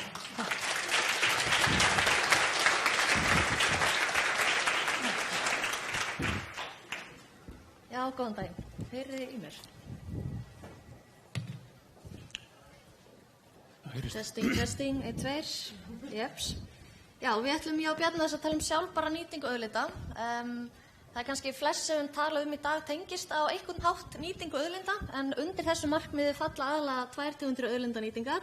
Annars vegar auðlindir sem við sjáum í villtri náttúru og hins vegar auðlindirnar í úrgangnum okkar. Þannig að Bjarni, hvað getur þú sagt okkur framtíð veiðistjórnunar á Íslandi?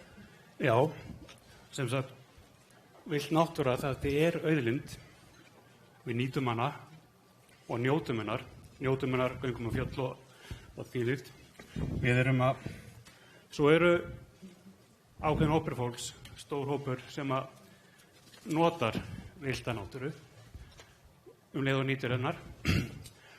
Sem sagt, nýta og njóta, skjóta og það er alveg hægt með því að ef við gerum þetta með sjálfbærum hætti og til þess að ná því að gera þetta með sjálfbærum hætti þá þurfum við helst að vera með eitthvað svona veiðistjórnunar áætlanir og þá getum við burðist við ýmsum breytingum sem við getum orðið á stofnum dýra með svona vísindalegum hætti með því að hafa svona einhverjar vera með plan. Við þurfum að setja upp svona sjálfbærni viðmið ef að veiðistofnum eru stór eða of lítill, skulum við segja, Hvað ætlum við að gera? Eins líka getur hún orðið of stór og þá erum við kannski að tala einhverjar tegundir sem að valda tjóni. Við viljum geta brugðist við með sameiginlega sýn þeirra sem að málinu koma. Við höfum stigið fyrstu skrefin í þessa átt að með þessa veiðistjórnun áætlanir. Við vorum með fund hér á Grand Hotel í nóvember síðastliðnum þar sem við fengum aðila meðal annars frá Svíþjóð og Danmörku til þess að kynna okkur hvað þeir hafa gert hjá sér. Í haust kemur einn fyrirlesari þaðan og mun vera með námskeið, kenna okkur adaptive management. En við höfum alveg verið með veiðistjórnun og það er eins og með á rjúpunni, við þekkjum það. Þar höfum við fengið veiðimenn til þess að taka þátt í því að stunda hóflegar veiðar. Svona aðgerðir þær gangi ekki nema við fáum alla að borðinu. Það þurfa að vera vísindamenn, það þurfa að vera þeir sem að njóta og nota náttúruna, veiðimennirnir. Og eins og við sjáum þá hefur þetta gengið vel í rjúpunni. Og núna í ár þá ætlum við að byrja taka fyrsta verkefnið, hreindýrin. Hreindýrastofnun og hreindýraveiðar er það sem mest stýrðu veiðar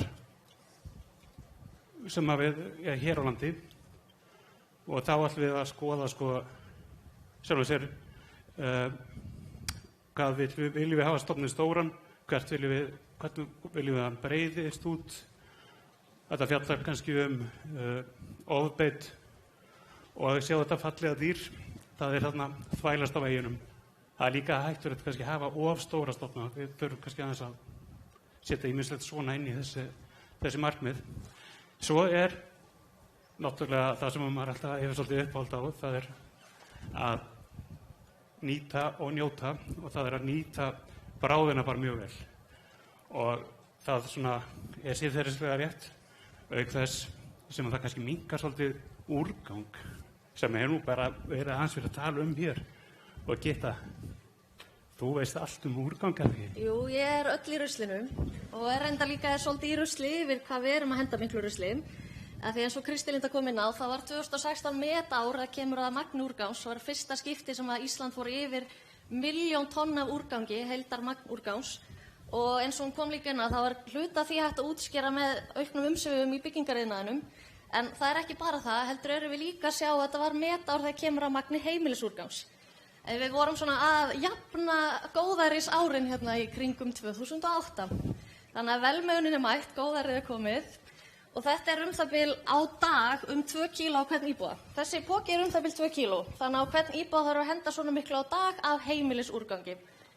Hvítvoðungar eru taldir með. Þannig að þetta er alveg rosalega mikið af rusli. Og náttúrulega úrgangsmagn er mjög góð vísbending bara neyslu. En velmegun þarf ekki endilega þýða meiri sóun. Heldur ætti að felast í henni tækifæri til að gera betur og við höfum rauninni efni á að gera betur þegar okkur gengur svona vel. Hvað er að verða af þessu rusli? Þá erum við líka að sjá að endurvinnsluhlutfall heimilisúrgangs var árið 2016 33%. Og eins og með margt annað þá erum við að vinna að markmiðum Evrópusambandsins. Það sem var markmið fyrir 2020 sem er náttúrulega bara basically eftir helgi er 50%. Þannig að við erum frekar langt frá því og þróun hefur verið nokkuð hæg. Og til viðbótar við það þá erum við að sjá á 5 ára fresti þá er markmið að hækka 5%. Þannig að ef við förum ekki að standa okkur betur þá er frekar erfitt að ná þessum hala í rauninni. Meðal markmið Evrópusambandslöndum er 45, þannig við erum líka töluvert á eftir í rauninni svona meðal Evrópulandi. Þannig að þarna eru veruleg tækifæri til bætinga og við þurfum í rauninni að gera miklu betur. Stefna Umhverfisstofnunar er að draga úr myndun úrgangs og að efla hringrásarhagkerfið. Og það náttúrulega tengist þessu og við viljum koma auðlindunum aftur inn í hagkerfið og ekki vera að missa út hérna hvað þetta eru 67% út úr hagkerfinu. Það er aðgerðir, það er kannski tvennt helst sem við viljum sjá gerast. Það er annars vegar að viljum beita okkur fyrir aukni notkun á hagrænum hvötum og að hagrænir hvatar endurspegli úrgangsþýðningin. Það er að segja að aðgerðir sem eru ofar í úrgangsþýðningunum séu hagkvæmari og séu gerðar hagkvæmari. Og þetta heldur sé mjög mikilvægt til að draga upp endurvinnsluhlutfallinu og líka bara draga úr úrgangsmagninu. Og hins vegar það sem við viljum halda áfram að gera er að fræða og upplýsa og í rauninni upplýsa almenning bara þau áhrif sem okkar neysla er að hafa á umhverfið. Og talandi neyslu, þá ætla ég eiginlega að senda boltan til Elvu Rakelar og Hólmfríðar sem eru með markmið 6. Takk.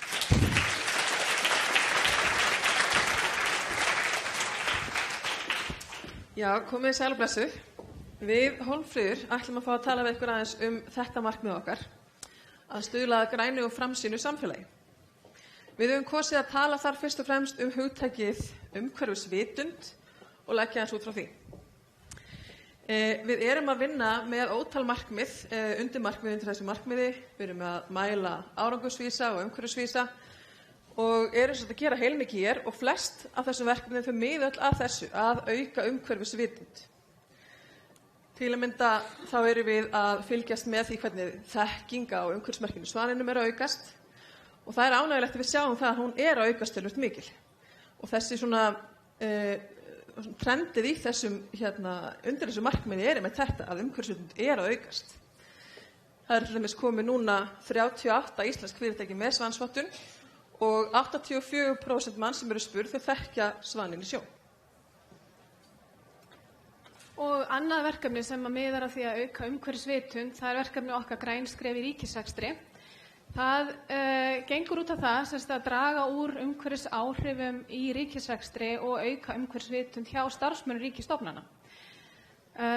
Þetta verkefni teljum við vera að ganga mjög vel hjá okkur. Það eru 58 stofnanir sem eru komnar í verkefnið núna og þær eru með það bil 200 starfsstöðvar, þessar stofnanir, og 103 þeirra eru komnar með fyrsta skrefið.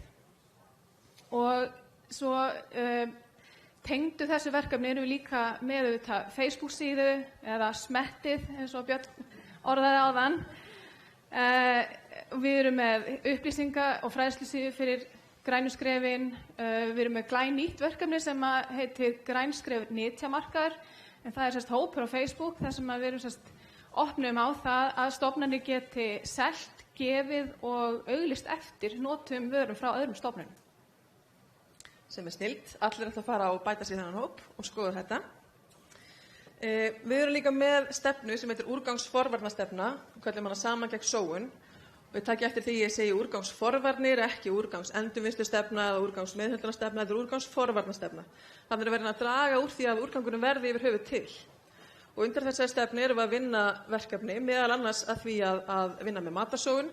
Þar erum við bæði að afla gagna matarsóun og líka að reyna bara að vekja fólk til vitundar þetta vandamál og hvernig við getum leyst það.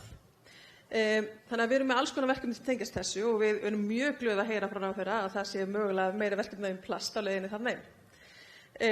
Svo erum við líka dálítið mikið að fara bara til fyrirtækja, til hópa, samtaka og erum með svona fróðleikserindi.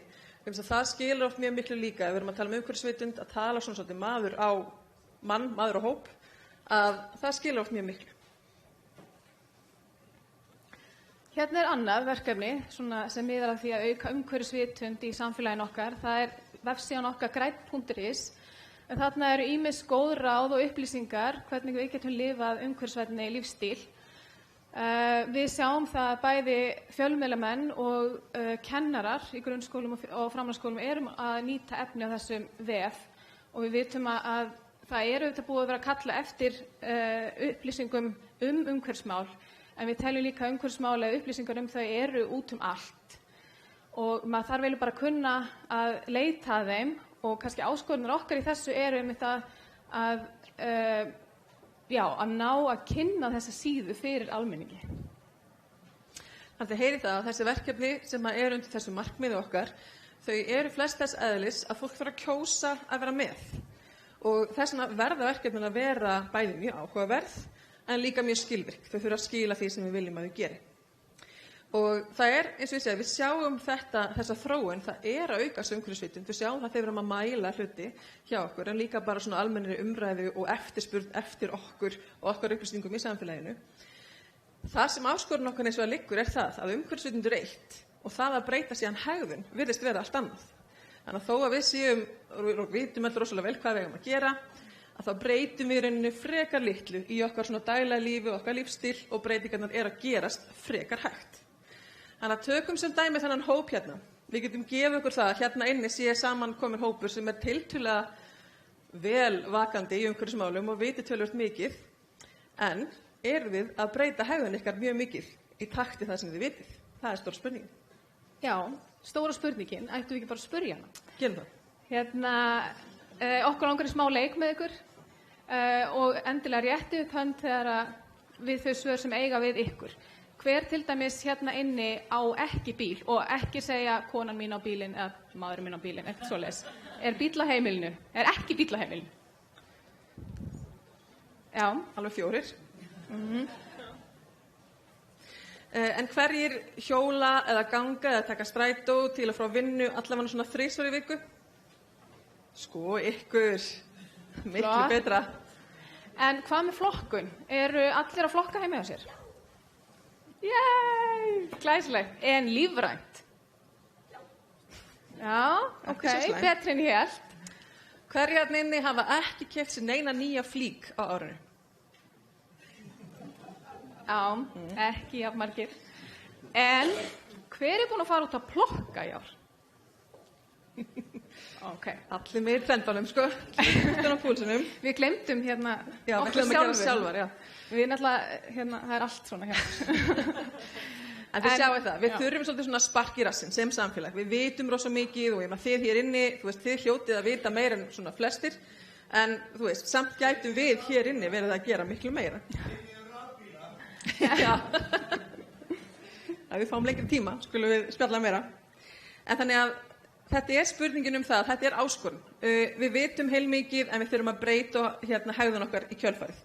Og þetta er klárlega okkar neysla sem er að valda okkar þessum áskorunum, þannig að við hljótum ekki að breyta okkar neyslumynstur líka til þess að búa til lausnir. Og þegar við erum að tala við, þá erum við að meina bara líka við öll, ekki bara við hér heldur, þetta bara fyrirtæki og ríkið og stofnanir og svo framvegis. Þess vegna við ætlum nú að skora á ykkur í dag að finna einhverja eina leið, gera einhverja eina breytingu í ykkar lífsstíl sem verður þá leiðir til umhverfisvænni lífstíls hjá ykkur. Ef ykkur vantar hugmyndir, þá getur þið farið inn á græn.is og inn á Græn skref og Svaninn, eða bara hringdu okkur, það er ekkert mál. Og við hjá Umhverfisstofnun, við munum halda áfram að vera með þessi svona jákvæðu, lausnamiðuðu verkefni sem að miða að því að ekki bara auka umhverfisvitund, þetta líka breyta hegðun. Og við þurfum að sjálfsögðu líka að vera með ekki bara jákvæðu upplýsingar, við þurfum líka að miðla þessu sem er neikvæðara og dramatískara, þið vitið fuglin með fulla maga, plasti og allt það. Og það eru upplýsingar sem að vekur miklu athygli fjölmiðla og óhug hjá almenningi, en það virðist samt vera þannig eins og slíkar fréttir eingöngu eða upplýsingar þar skili ekki breyttri hegðun. Þannig að við þurfum að hafa þetta í bland, við þurfum að miðla því sem við vitum, en við þurfum líka að bjóða upp á svona lausnamiðað jákvæð verkefni sem fólk er tilbúið til að vera með. Já, jákvæð skilaboð eru það sem að við teljum sé líklegt til að ná árangri í framtíðinni, og það er ekki bara ein aðgerð, heldur margar, af því að umhverfismál eru allsstaðar og alls konar, en við þurfum alls konar leiðir fyrir alls konar fólk og alls konar fyrirtæki. Og þá vil ég bara þakka fyrir okkur og bjóða Björn og Jóhannes velkomna.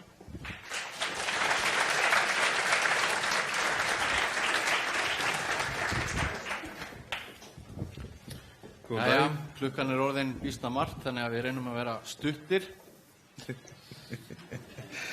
Við erum stuttir og við reynum að gera það stuttlega líka. Umhverfisstofnun var fræðilega í flokki rafrænnar þjónustu þegar það skrifast í 1999 að bjóða veiðimönnum upp á að skila veiðiskýrslum á netinu. Árlega sækja þúsundir veiðimanna að endurnýja veiðikortið. Til þess þarf að skila inn veiðiskýrslu og fyrstu árin var það allt gert í bréfapósti. Veiðimaður fekk skýrslu senda, fyllti út, sendi tilbaka og fekk svo veiðikortið send. Við sjáum hér til vinstri stafla 16.000 veiðiskýrsluna sem voru sendar út árið 2000 þegar kerfið var að komast í gang hjá okkur. 15 árum seinna sjáum við að Bjarni er pínu súr með að þurfa ennþá að senda út pappír. Það voru sendar út 857 veiðiskýrslur. Það algjör minnihluti veiðimanna sem ekki með netfang og þarf að fá pappírsþjónustuna. Hin 1000 sjá sjálfum að skila veiðiskýrslum á netinu og greiða fyrir nýtt veiðikort og sumir sækja hreindýr í leiðinni. Þetta náttúrulega meiri háttar jákvæða bylting, ekki satt, Jóhannes? Þetta meiri háttar bylting og í ár þá þetta verið 25.000 veiðiskýrslur sem eru sendar á pappír, en reyndin að það eru bara rétt 600. 2016 buðum svo upp á rafræn veiðikort, þar sem veiðmenn geta afþakkað plastkortin. Veiðmaður sem stekkur fyrirvaralaust á gæs getur afgreitt sig sjálfur á nokkrum mínútum. Hann skrár sig inn, skilar veiðiskýrslunni, borgar fyrir veiðikortið og fær veiðikortið sent í snjallsímann og getur notað það svo á vettvangi. Fyrirgefðu, það alltaf einhver sem veit ekki hvað þetta þýðir. QR-kóði, hvað er það? QR-kóði, þetta strikamerki með kössum. Það svona ferðalanga kannast kannski við að nota það á flugvöllum. Okkar QR-kóði opnar síðu sem staðfestir hvort að veiðikortið sé í gildi eða ekki. 2016 hófum við vinnu við gagnagátt, þar sem að starfsmenn fá auðveldara aðgengi að þeim gögnum sem Umhverfisstofnun með og geta opnað aðgang á ytri aðila fyrir gagnaskil. Á síðasta ári opnum við fyrir skil á tölum vegna meðferðarúrgangs, þessi 1.000.000 tonn, og þar fara skilaðalar gegnum nokkur skref til þess að staðfesta skilin sín.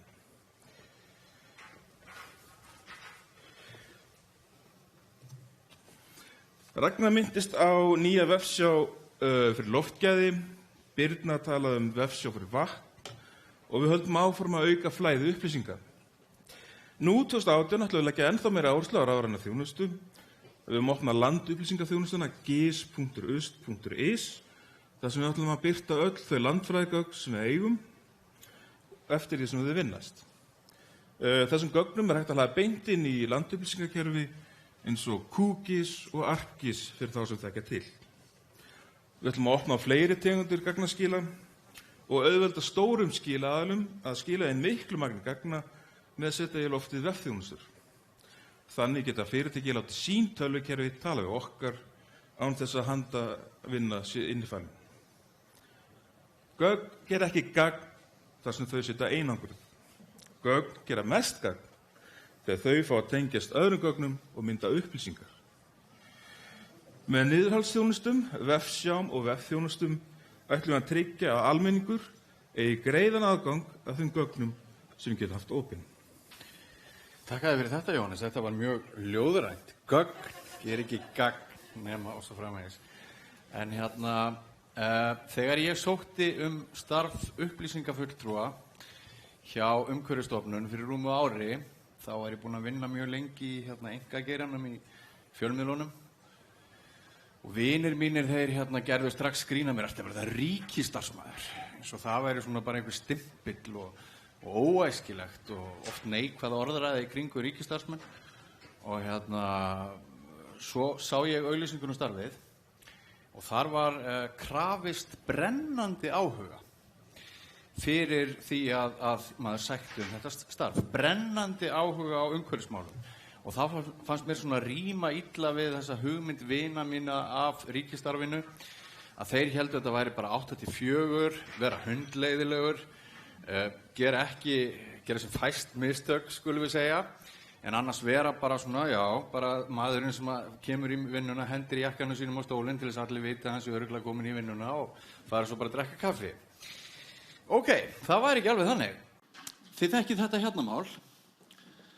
Það var aðeins verið komið inn á það í dag.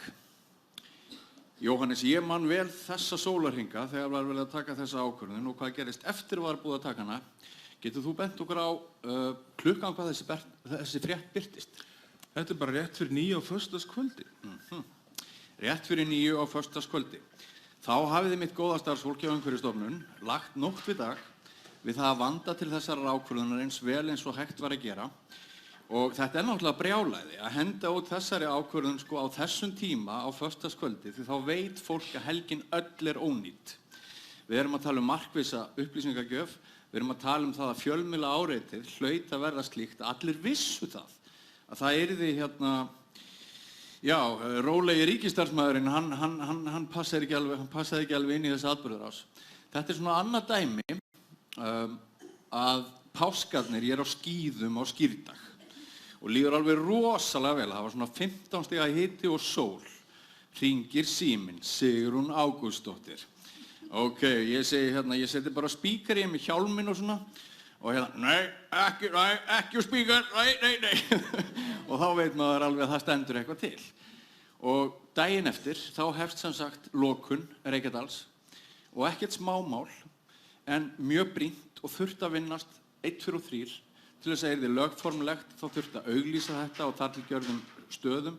Ég þurft að hringja inn á Ríkisútvarp og Morgunblaðið á dauðasta degi ársins sem föstudagurinn langi.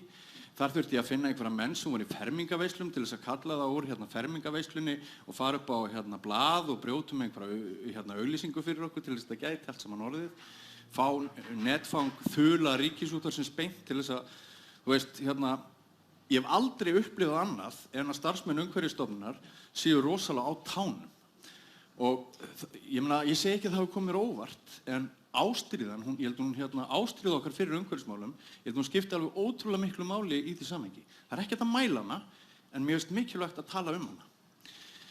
Af hverju skiptir þetta máli? 80% treystu ekki ríkisstofnunum í könnum Gallup, ekki alls fyrir löngu, stóraukin krafa gagnsæi og upplýsingar. Þannig að við höfum lært að almannahagsmunir þeir eru ekki bara undir á skrifstofu tíma. Og ég held að með ástríðu þá eyðum við þessari tortryggni. Úr hverju erum við, hvaðan sprettum við? Þetta var sem sagt, þetta útsýnið utan svefnherbergis gluggann minn. Ég fæddist í Mývatnssveit, rétt við Vatnsbakkann. Það hefði verið bannað að reisa húsið, samanber það sem forstjóri sænsku umhverfisstofnunarinnar var að segja. Það var stutt frá vatninu, en sem sagt, ég fæðist inn í þessa veröld og auðvitað hlýtur mér þykja vænt hana og mér þykir líka ótrúlega vænt allt þetta góða fólk sem ég hef kynnst og ég held að við brennum öll af ástríðu fyrir því að gæti ekki bara heilsu Íslendinga, kemur á loftgæðum og öðru slíku, heldur gæta líka líkama sjálfrar jarðarinnar. Takk fyrir mig.